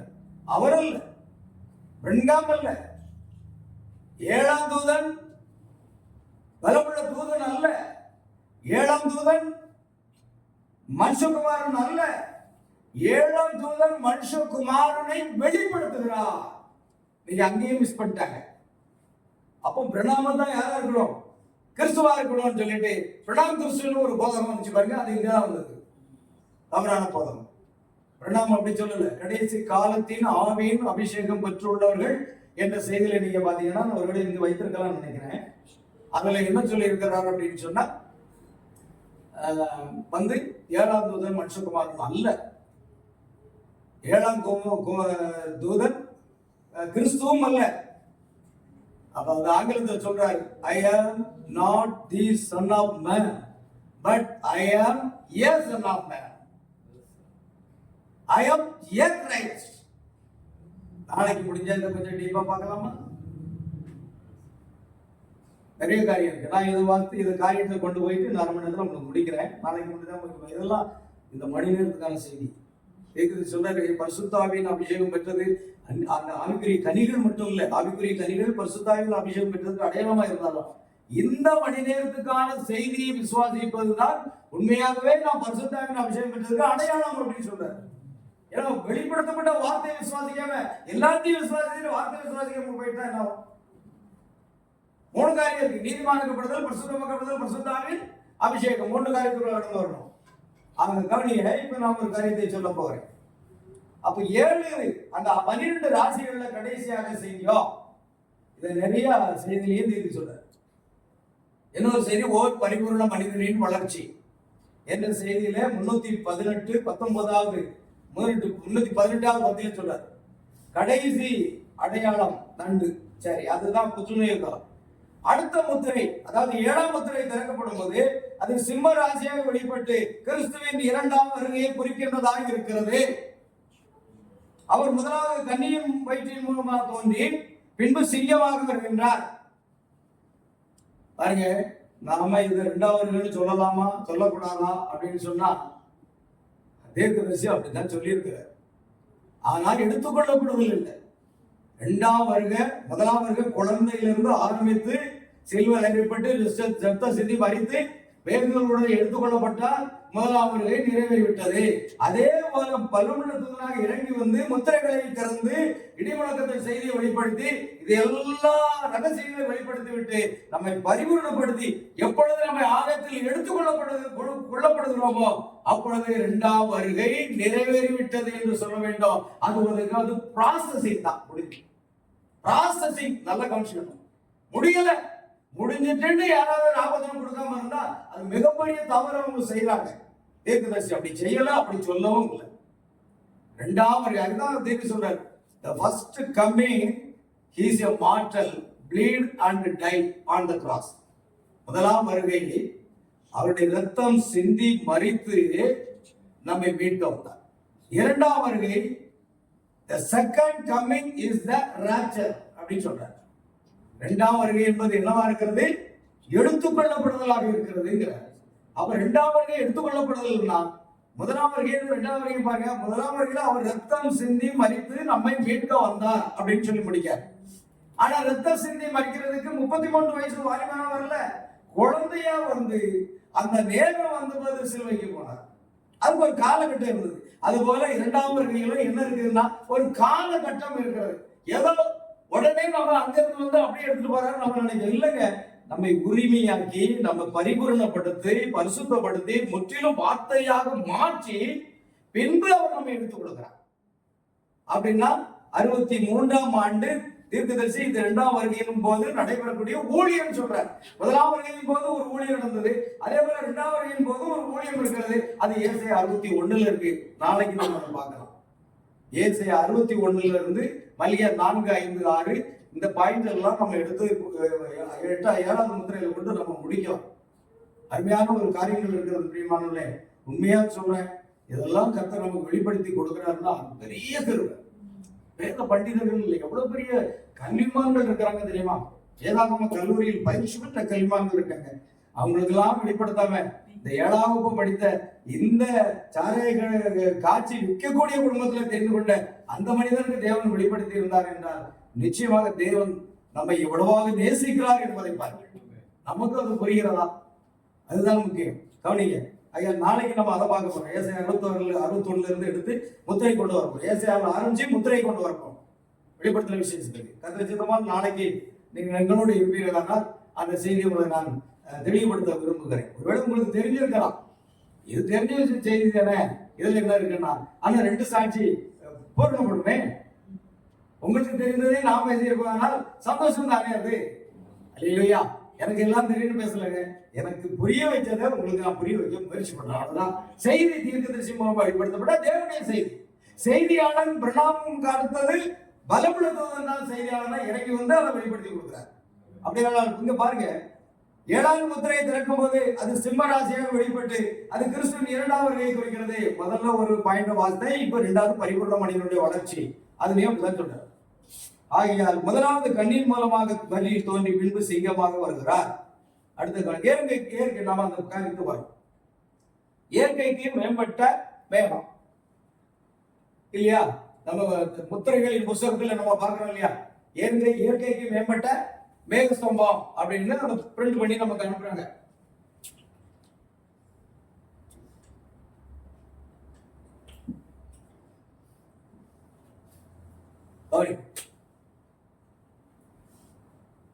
ஏழு முத்திரைகள் திறக்கப்படுவதை குறித்து சகோதரன் பிரணாமுடன் பேசின பிறகு மேலே ஏறி சென்ற 7 தூதர்களின் செட்டைகளால் உருவாக்கப்பட்டதுதான் இந்த இயற்கைக்கு மேம்பட்ட மேகம் ஆகும்.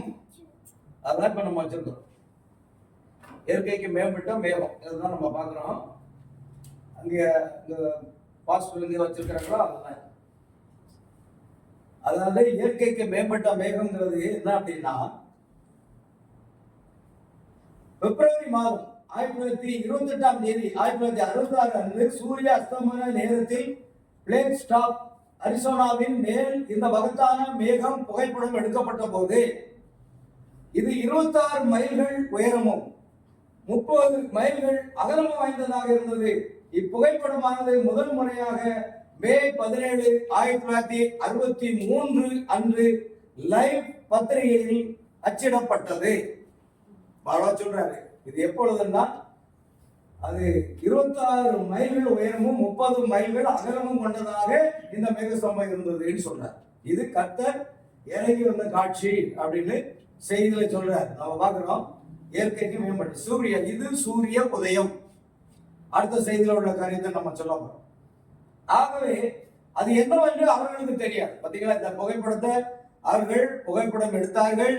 விஞ்ஞானிகள் ஆராய்ச்சி செய்து பார்த்தார்கள். ஜார்ஜ் ஜே லேசி என்பவருடைய குழுவினர் இதை ஆராய்ந்து பார்த்து இது இயற்கைக்கு மேம்பட்ட மேகம் என்று பத்திரிகையில வந்தது.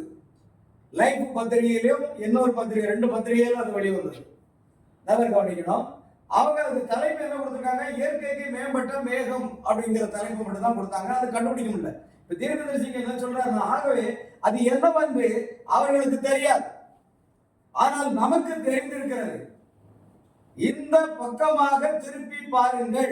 இப்பதான் என்ன சொல்றாருன்னா, இதை இப்படி திருப்பி பாருங்கள் சொல்றாரு. இந்த பக்கமாக என்ன செய்ய, திருப்பி பாருங்கள். இப்படி திருப்பி பார்க்கும் பொழுது அது இப்படி வருது. சரியா? சரிதானா? இந்த பக்கமாக திருப்பி பாருங்கள். இதை சொல்லிட்டு அவர் சொல்றாரு, பாருங்கள், அங்கே மேலே இருந்தது நம்முடைய கர்த்தர் தாமே. அங்கே மேலே இருந்தது யாரா? நம்முடைய கர்த்தர் தாமே. சூரிய உதய செய்தியில சொல்றார். ஆகிய புரிந்து கொண்டீர்களா? உலகமும் அதை குறித்த ஒன்றுமே அறியவில்லை. புகைப்படம் எடுத்தவர்களும் அறியல, புகைப்படத்தை ஆராய்ந்தவர்களும் அறியல. அது அதிசயமான மேகம் என்று சொன்னார்கள். ஆனால் நமக்கோ அது தெரிந்திருக்கிறது. அங்கே மேலே நின்றது நம்முடைய கர்த்தர் தாமே. அங்கே கர்த்தர் நின்றார் என்பதை நாம் புரிந்து கொண்டோம். ஆனால் உலகம் அதை புரியல. முத்திரைகளை திறந்தவர் அவரே. அவரே அந்த முத்திரைகள். தேவனுடைய முழு வார்த்தையும் கிறிஸ்துவே. கிறிஸ்துவே திறக்கப்பட்ட முத்திரைகள். அப்படியானால் பாருங்கள், 7 சபை காரியங்களின் தூதர்களும் 7 சபையின் காலத்தோடு போய்விட்டார்கள். சபைக்கால தூதர்கள் எப்பொழுது போனார்கள்? சொல்ல போனா பிரணாமுடைய ஊழியம் எப்பொழுது முடிகிறதுன்னா 1963 வருடம் பிப்ரவரி மாதம் 28ஆம் நாளோட 7ஆம் தூதனுடைய ஊழியம் நடைபெறுகிறது. அவர் மரித்தது 65 நம்ம சொல்றோம். அவர் அடக்கம் பண்ணப்பட்டது 65 டிசம்பர் 24. ஆனா அந்த ஊழியம் முடிகிறது. அதுக்கு பிறகு காட்சியில யார் வர்றார்? கிறிஸ்து காட்சியில் வர்றார். முதலாம் வருகையில யோவான் அங்கே ஊழியம் செய்து கொண்டிருக்கிறார். கிறிஸ்து காட்சியில் வருகிறார். நீர் பெருகவும் நான் சிறுகவும் வேண்டும் சொல்றாரா இல்லையா? யோவான் சொல்றார், நீர் பெருகவும் நான் சிறுக வேண்டும். அதுக்கு பிறகு அவன் இடல் அடைகிறார். யோவான் வருகிறவர் நீர் தானா, இல்ல வேறொருவரை காத்திருக்க வேண்டுமா? பாருங்க, அங்க நல்லா கவனிச்சீங்கன்னா, அவரை நான் அறியாது இருந்தேன், இதோ பரிசுத்தாவி யார் மேல் இறங்குவதை தங்குவதை காண்பாய், அவர்தான் என்று எனக்கு வெளிப்படுத்தியிருந்தார். அவரை அறிந்து நான் சாட்சி கொடுக்கிறேன். சாட்சி கொடுத்தவரே இப்பொழுது வருகிறவர் நீர் தானா, இல்ல வேறொருவரை காத்திருக்க வேண்டுமா? ஏன்னா அந்த அபிஷேகம் அவரை விட்டு போயிடுச்சு. அந்த அபிஷேகம் போன உடனே அவருடைய ஊழியம் அவரோட முடியுது. யோவான் முடியும். ஏன்னா அவர் காண்பிக்கிற ஊழியம் மட்டும்தான். பிரணாம அதே மாதிரி அவர் சுட்டி காண்பிக்கிறார். 7ஆம் சபையின் தூதர்கள் 7ஆம் சபை காலத்தோட போய்விட்டார்கள். 63 பிரணாமுடைய ஊழியம் அங்க நிறைவேறுகிறது. அப்படின்னா யார் ஊழியம்? யோவான் சாருடைய ஊழியம் முடிஞ்ச உடனே கிறிஸ்துவனுடைய மனுஷகுமாரனுடைய ஊழியம் ஆரம்பிச்சது. அதே போல 63 பிப்ரவரி 28 மனுஷகுமாரனுடைய ஊழியம் நடைபெற்றுக் கொண்டு வருகிறது. இன்றைக்கு அதுதான் நடக்குது. இப்பொழுது நம்ம மத்தியில் என்னவா இருக்கிறார்? ஆவியாக வெளியே இருக்கிறார். ஆவியாகத்தான் பிரணாமை அபிஷேகத்தார். பரிசுத்த அந்த வேத கூட்டத்துக்குள்ளாக பிரணாம் எடுத்துக் கொள்ளப்பட்டார். விசேஷித்த ஒரு அபிஷேகம் அவர் மேல் வந்து இறங்கிற்று. அவர் 7 முத்திரைகளை சபைக்கு பிரசங்கம் பண்றார். ஒன்றொன்றா. அப்படின்னா 7 முத்திரைகளை அவர் பிரசங்கித்து பாத்தீங்கன்னா 7 முத்திரைகளை திறக்க யாரால தான் முடியும்? ஆட்டுக்குட்டியானவர்கள் மட்டும்தான் முடியும். ஆட்டுக்குட்டியானவர் பரிசுத்த ஆவியாக சவன் பிரணாமை அபிஷேகித்து ஒவ்வொரு முத்திரைகளின் ரகசியங்களை வெளிப்படுத்தி கொடுத்தார். அவர் வாயாக மட்டும்தான் இருந்தார். இளம்புதலுடைய ஊழியம் அல்ல, அது சன் ஆஃப் மேன் மினிஸ்ட்ரி. அனைவரும் கேட்கிறாங்க, என்னையா உங்க YouTube channel son of man ministry வச்சிருக்காங்க? அதுக்கு தெரியாது. அவங்களுக்கு தீர்க்கதரிசி செய்தியின் அடிப்படையிலும் பைபிள் அடிப்படையிலும் தான் அந்த பெயர் வைக்கப்படுது. நீங்க ஏன் சன் ஆஃப் மேன் மினிஸ்ட்ரியிலும் சும்மா சாதாரணமா நினைச்சாங்க. இன்னைக்கு அதுதான் நடந்து கொண்டிருக்கிறது. ஏனென்றால் இன்னும் பரிசுத்தாவியுடைய காலம் முடியல. அவர் மனுஷகுமாரனாக பிரணாம் மூலமா வெளிப்படுத்தினார். இன்னைக்கு 5 விதமான ஊழியக்காரர்களை பாருங்க. அந்த அபிஷேகம் அநேக மனுஷகுமாரர்களை அழைப்பதற்கு அபிஷேகிப்பதற்காக இறங்கி வந்திருக்கிறதுன்னு சொல்றாரு. பிரணாம மட்டும் அபிஷேகிக்கிறாங்க. இந்த மணி நேரத்துக்கான செய்தியை அப்படியே பிரசங்கிக்கக்கூடிய ஊழியக்காரர் மேலேயும் அந்த அபிஷேகம் இறங்கி வருகிறது. அதனால சன் ஆஃப் மேன் ஊழியர் நீங்க நாங்க இல்லைங்க. பரிசுத்த அதாவது சன் ஆஃப் மேன் மனுஷகுமாரன் தான் நமக்குள் இருந்து கொண்டு அவர் ஊழியம் செய்கிறார். உங்களுக்கு அதுக்கு ஏதாவது ஆதாரம் வேணுமா? 7 முத்திரைகளின் மீது உள்ள கேள்விகளும் பதில்களும் 22வது கேள்வி நீங்க வாசித்து பாருங்க. சவரன் பிரணாமே மணவாட்டிக்கு ஒரு ஊழியம் உண்டா என்று கேட்கிறாங்க. கேட்கும்போது அவர் சொல்றாரு, நிச்சயமாக அதுதான் இப்பொழுது நடந்து கொண்டிருக்கிறது. அது இப்பொழுதுதான் எப்பொழுது முத்திரையெல்லாம் உடைச்ச பிறகுதான் அது சொல்றாரு. முத்திரையின் பேரில் உள்ள கேள்விகளும் பதில்களும். அப்ப அங்க மனுஷன் ஊழியம் என்ன ஆயிட்டு ஆரம்பிச்சுட்டு. அப்ப அவர் சொல்றாரு, நிச்சயமாக அதுதான் இப்பொழுது நடந்து கொண்டிருக்கிறது. அது அப்போஸ்தலர், தீர்க்கதரிசிகள், சுவிசேஷகர், மேய்ப்பர், போதகர் என்பதாக இருக்கிறது. இது ஒரு மகத்தான ஊழியம். 5 விதமான ஊழியத்தில் அடைக்கப்பட்டவங்க இந்த மணி நேரத்துக்கான செய்தி அப்படியே பிரசங்கம் பண்ணுவாங்க. அது அந்த அபிஷேகம் சாதாரண அபிஷேகம் இதுவரைக்கும் பெற்ற அபிஷேகம் இல்ல. பிரணாம் இதுவரைக்கும் அபிஷேகம் பெற்றிருந்தார். அந்த மேகஸ்தம்ப கூட்டத்தில் எடுக்கும்போது விசேஷித்த அபிஷேகத்தோடு கீழே இறங்கி வர்றாரு.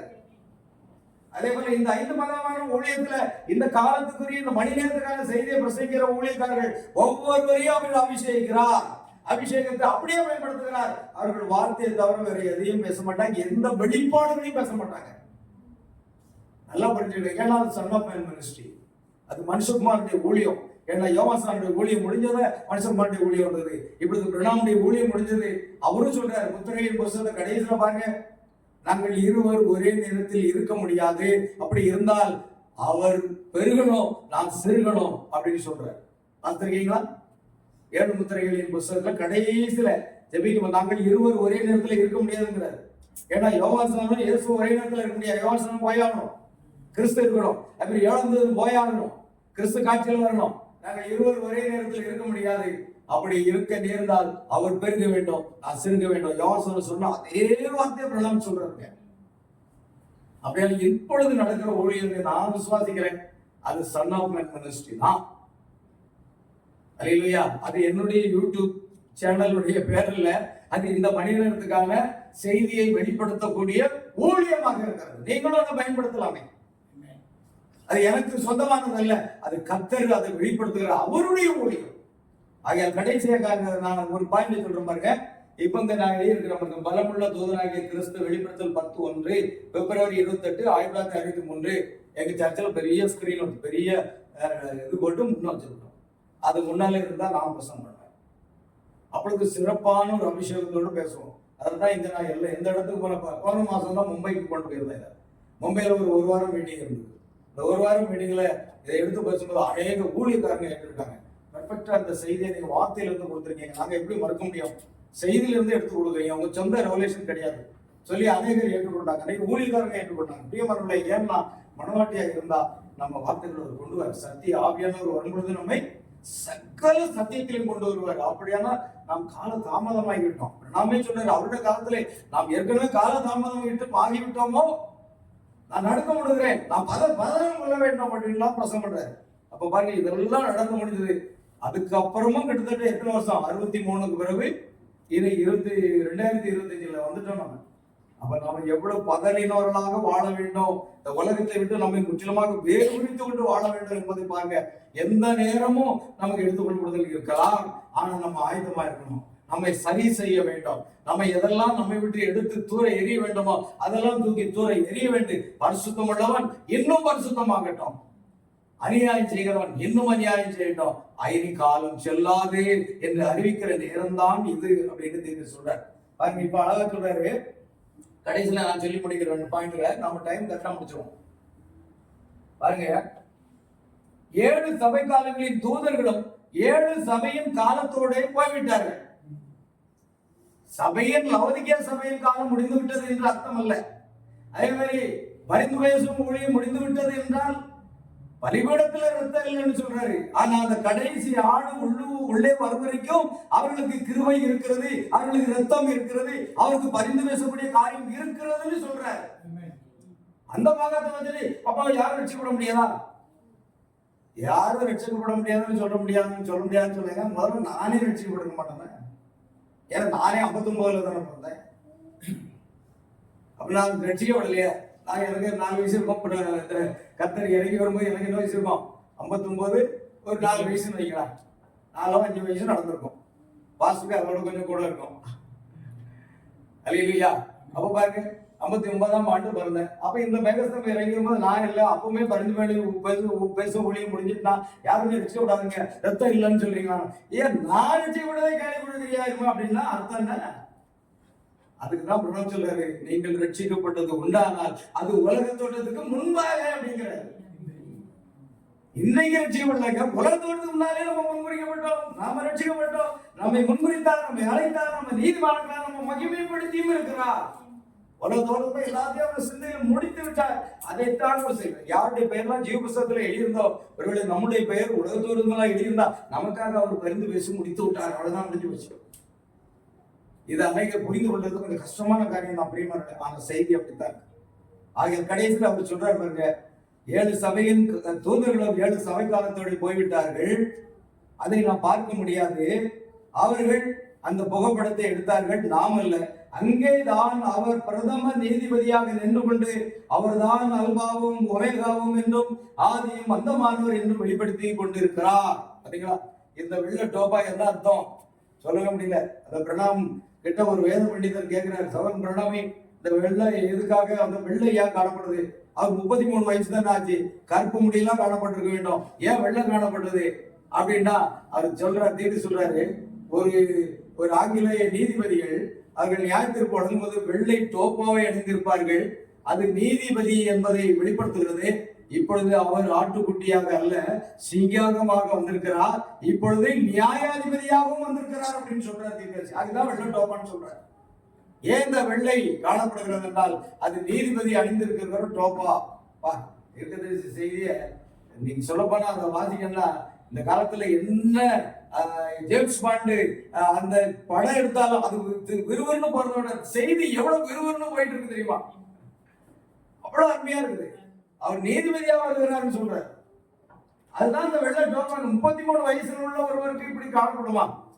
அவர் பிரதம நீதிபதியாக, அது மட்டும் இல்ல, தீர்க்கதரிசியா சொல்றாரு, அவர் அங்கேதான் பிரதம நீதிபதியாக நின்று கொண்டு அவர்தான் அல்பாவும் ஒமேகாவும் என்றும் ஆதியும் அந்தமானவர் என்று வெளிப்படுத்தி காண்பிக்கிறார். பிரதம நீதிபதினே சொல்றாரு பாருங்க தீர்க்கதரிசி. நீங்க இதெல்லாம் நம்ப மாட்டாங்க.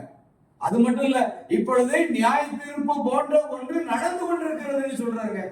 நீங்க உலகத்துல பாருங்க, எங்க பார்த்தாலும் பூமி அதிர்ச்சி, எங்க பார்த்தாலும் நிலச்சரிவு, எங்க பார்த்தாலும் விபத்து, எங்கேயும் பிரயாணம் பயமா தான் இருக்கு. வாகனத்துல பயம் பண்ணாலும் இடையில வெடிச்சு விழுந்துருமோ, ட்ரெயின்ல ஒண்ணுக்கு மேல ஒண்ணு யாருமோ, பஸ் ஆக்சிடென்ட் ஒரே வாரத்துல 3 ஆக்சிடென்ட் திருநெல்வேலியில, அங்க தமிழ்நாட்டுல பயங்கரம். என்ன நடக்குன்னு கூட சொல்ல முடியல. இப்படி விபத்துகள் நடந்த காலம் இல்ல. எரிமலை சீற்றம் பயங்கரம், பூமி அதிர்ச்சி பயங்கரம், நிலச்சரிவு பயங்கரம், வரலாறு காரணம் வெள்ளம், எல்லாம் உலகம் அழிந்துகிட்டே போய்கிட்டு இருக்குது பாருங்க.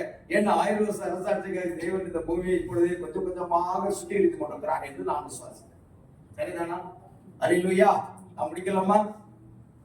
பாருங்க, பிரதம நீதிபதி தீர்க்க சொல்றாரு. இதை நீங்க நம்பணும். நீங்க இன்னும் ஆட்டுக்குட்டி நடத்திட்டு இருக்காருங்க. இன்னைக்கு அவரு யாரா இருக்காரு? பிரதம நீதிபதியா இருக்காரு. ஆனா ஒன்று சொல்றேன், உலகத்துக்கு தான் அவர் நீதிபதி இருக்கார், நமக்கு நீதிபதி அல்ல. நமக்கு ஆட்டுக்குட்டியாகவே இருக்கிறார். நமக்கு எப்பொழுதும் அன்பு செலுத்துகிறார். ஆனா ஒன்று, வார்த்தைக்கு கீழ்ப்படுகிறவர்களுக்கு இன்னும் கிருபை இருக்கிறது, இன்னும் ரத்தம் இருக்கிறது, இன்னும் உங்களுக்காக பரிந்து பேசுகிறார். ஆனா வார்த்தைக்கு கீழ்ப்படியாம நிராகரிப்போமானால் நாம் அதை குறித்து ஒன்றும் சொல்ல முடியாது. அல்லேலூயா. பாருங்க, கடைசியாக ஒரு பாயிண்ட் நான் சொல்லி முடிக்கிறேன். ஒரு 15 நிமிடம் வந்து இருக்கிறது.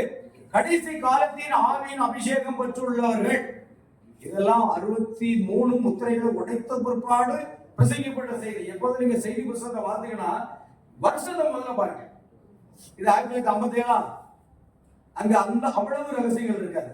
ஆனா 63க்கு பிற்பாடு உள்ள செய்தியை பார்த்தீங்கன்னா மனுஷகுமாரனுடைய அந்த செய்தி தான். இப்ப 65 கடைசி காலத்தின் ஆவியின் அபிஷேகம் பெற்றவர்கள் செய்தி 65வது ஆண்டு பேசுறாரு. அது எவ்வளவு மகத்துவம் இருக்கு தெரியுமா? அந்த செய்தியில ஆயத்தில் எடுத்துக்கொள்ளப்பட்ட செய்தி 65ஆம் ஆண்டு பேசுறாரு. எந்த செய்தியை கையில் எடுத்தாலும் முதல்ல வருஷத்தை பார்க்கணும். நீங்க வருஷத்தை பார்த்தாலே உங்களுக்கு புரியும்.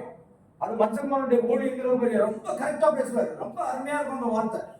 அது பிரணாமம் இல்லை, அது தேவன் பிரணாமுக்குள்ள இருந்து பேசுவதாகும். அல்லேலூயா. கடைசி காலத்தின் ஆவியின் அபிஷேகம் பெற்றுள்ள செய்தியில மனுஷகுமாரன் வெளிப்படும் அதே நாளில் 7ஆம் தூதனுடைய செய்தி முத்திரைகளை திறக்கும். பாத்தீங்களா? மனுஷகுமாரன் வெளிப்படும் அதே நாளில். அப்ப பலமுள்ள தூதன் மனுஷகுமாரன் அந்த வெளிப்படுத்தினார அதே நாள் தான் முத்திரையை வெளிப்படுது. இந்த மனுஷகுமாரனே வரலன்னு சொல்றாங்க. பரிதாபமா இருக்கு. நமக்கு செய்தியில் இருக்கிறது பல ஆண்டுகளாக செய்தியில் இருக்கா. மனுஷகுமாரன் நமக்கே கிடையாது, யூதர்களுக்கு மட்டும்தான். இது எப்படியே ஏற்றுக்கொள்ள முடியலாம் பாருங்க. இப்ப அருமையான சகோதரரே, இது கவனிங்க. மனுஷகுமாரன் வெளிப்படும் அதே நாளில் 7ஆம் தூதன் செய்தி முத்திரைகளை திறக்கும். 7ஆம் தூதன் மனுஷகுமாரன் அல்ல, அதை கவனிக்கணும். 7ஆம் தூதன் மனுஷகுமாரன் அல்ல, ஆனால் அந்த தூதன் மனுஷகுமாரனை வெளிப்படுத்துகின்றார். அருமையா சொல்றாரு, I am not the son of man, but I am a son of man. சொல்ல போனா நான் கிருபையினால் ரட்சிக்கப்பட்ட ஒரு பாவிங்கிறார். இவங்க எப்படி பிரணாம வந்து கிறிஸ்தவன் சொல்றாங்க, எப்படி மனுஷகுமாரன் சொல்றாங்க? அதுக்கு இடமே இல்லையே. தீர்க்கதரிசி அப்படி சொல்லலையா? நான் கிருபையினால் ரட்சிக்கப்பட்ட பாவின்னு சொல்லுவா? தேவன் தன்னை பாவின்னு சொல்லுவாரா? என்னை பாவம் உண்டென்று உங்களில் யார் என்னை குற்றப்படுத்தப்படணும் சவால் விட்டவர்கள் அவரு. ஆனா பிரணாம் பாவிங்கிறாரு, பாவி பிரதான பாவிங்கிறாரு. நாம் எல்லாரும் பாவின்னு சொல்றோம். அப்படின்னா அப்படியே என்ன பிரியமானவர்களே, பிரணாம் எப்படி தேவனாகுவார், எப்படி கிறிஸ்துவாக முடியும்? ஒரு காலம் இல்லை. I am not decent of man but I am yes. நான் ஒரு மனுஷகுமார். கவனி, அடுத்தது கடைசியா சொல்றேன், இவ்விருவரும் யார் என்று இப்பொழுது புரிகின்றதா? இவ்விருவரும், அதாவது மனுஷகுமாரனும் 7ஆம் தூதனும், பலமுள்ள தூதனும் 7ஆம் தூதனும், இவ்விருவரும் யார் என்று இப்பொழுது புரிந்து கொள்ள முடிகிறதா? அதுதான் இதுவரை உங்களுக்கு புரிந்து கொள்ள முடியாத கடினமான செயலாக இருக்கிறது. அவரே சொல்றாரு, இதை நீங்க புரிந்து கொள்றது ரொம்ப கடினங்கிறாரு. ஏன்னா அன்னைக்கு அவருடைய காலத்திலே நிறைய பேர் புரிஞ்சு கொள்ளல, தவறாதான் புரிஞ்சாங்க. பிரணாம் தான் மனுஷகுமாரன், பிரணாம் தான் இயேசு கிறிஸ்து அப்படிலாம் சொன்னாங்க. அது தவறாதான் புரிந்து கொண்டாங்களே தவிர உண்மையை புரிந்து கொள்ளல. அதனால பிரணாமே அழகா சொல்றாரு, அதுதான் இதுவரை உங்களுக்கு புரிந்து கொள்ள முடியாத கடினமாக செயலாய் இருந்து வருகின்றது. 7ஆம் தூதன் மனுஷகுமாரன் அல்ல, ஆனால் அவர் மக்களுக்கு மனுஷகுமாரன் யார் என்பதை வெளிப்படுத்துகிறார். அல்லேலூயா. நாம் இதோட நிறுத்திக் கொள்ளலாம். பிரியமானவர்களே, இந்த பிடிஎஃப் உங்களுக்கு வேணும்னா என்கிட்ட வாங்கிட்டு போங்க. உங்களுக்கு அப்படியே உங்க வாட்ஸ்அப்புக்கு நான் கொடுத்துருப்பேன். என்னுடைய தலைப்பை நான் என்ன சொல்றேன்னா, வேகத்தில் இறங்கி வந்தது கிறிஸ்து தானா என்ற செய்தி. கொஞ்சம் இடையில ஆங்கிலமும் இருக்கும். இந்த பிடிஎஃப் பார்க்கும்போது நிதானமா ஜபத்தோடு ஒரு செய்தி புஸ்தகத்தை எடுத்து வச்சுக்கிட்டு நீங்க தியானிச்சு பாருங்க. அது தீர்க்கதரிசி சொன்ன பிரகாரமாக இருந்தால் பாருங்கள், மேக ஸ்தம்பத்தில் இறங்கி வந்தது கிறிஸ்து தானா? 2ஆம் வருகை 28/2/2025 இந்த வருஷம் 2ஆவது மாசம் இந்த மேகஸ்தம்பம் இறங்கி வந்த இந்த நாள்ல நாங்க சர்ச்சில் ஸ்பெஷல் மீட்டிங் வச்சு அதை பண்டிகையா கொண்டாடுவோம். கிறிஸ்துமஸ் கேக் வெட்டி சாப்பிடுறதெல்லாம் கிடையாது, இதைத்தான் நாங்க கொண்டாடுவோம். இன்றைக்கு கர்த்தர் இறங்கி வந்தாங்க. அப்ப அந்த நாளை நாங்க என்ன செய்வோம், சிறப்பான ஒரு ஸ்பெஷல் மீட்டிங் வச்சு எல்லாத்துக்கும் சாப்பாடு திருப்தியா போட்டு பாயசத்தோட போட்டு அன்னைக்கு நாங்க கொண்டாடுவோம். பிரியமானவர்களே, ஏன் தெரியுமா? இதுதான் நமக்கு மகிழ்ச்சியான நாள். உண்மைதானா? உண்மையா நாங்க அப்படித்தான் செய்து வருகிறோம், பல வருடங்களாக செய்து வருகிறோம். ஆகையால் இன்று கர்த்தர் இறங்கி வந்த நாள். ஆகையால் பாருங்க, பைபிளே சொல்லுது, இது கர்த்தர் உண்டு பண்ணின நாள், இதிலே மகிழ்ந்து கழிவுற கடவோம். இது கர்த்தர் இறங்கி வந்த நாள், இதிலே மகிழ்ந்து கழிவுற கடவோம் என்று சொன்ன பிரகாரமாக இந்த செய்தியை மத்தியிலே இந்த அடியேன், இந்த சிறியோன் உங்களுக்கு வெளிப்படுத்தும்படி தேவன் அடியருடைய நாவுகளை பயன்படுத்துவதற்காக கர்த்தருக்கு கூடான ஒரு சோதனம். தொடர்ந்து அடியனுக்காக ஜெபித்துக் கொள்ளுங்கள். நாளைய தினத்துல மீண்டும் சந்திப்போம். நாளைய தினத்தில் இன்னும் அநேக காரியங்களை என்னால் முடிந்த அளவு உங்களுக்கு விளக்கி கொடுக்க நமக்கு பரிசுத்தாக உதவி செய்வராக. கர்த்தர் உங்களை ஆசீர்வதிப்பாராக. பாஸ்டர் அவர்களிடத்திலே நான்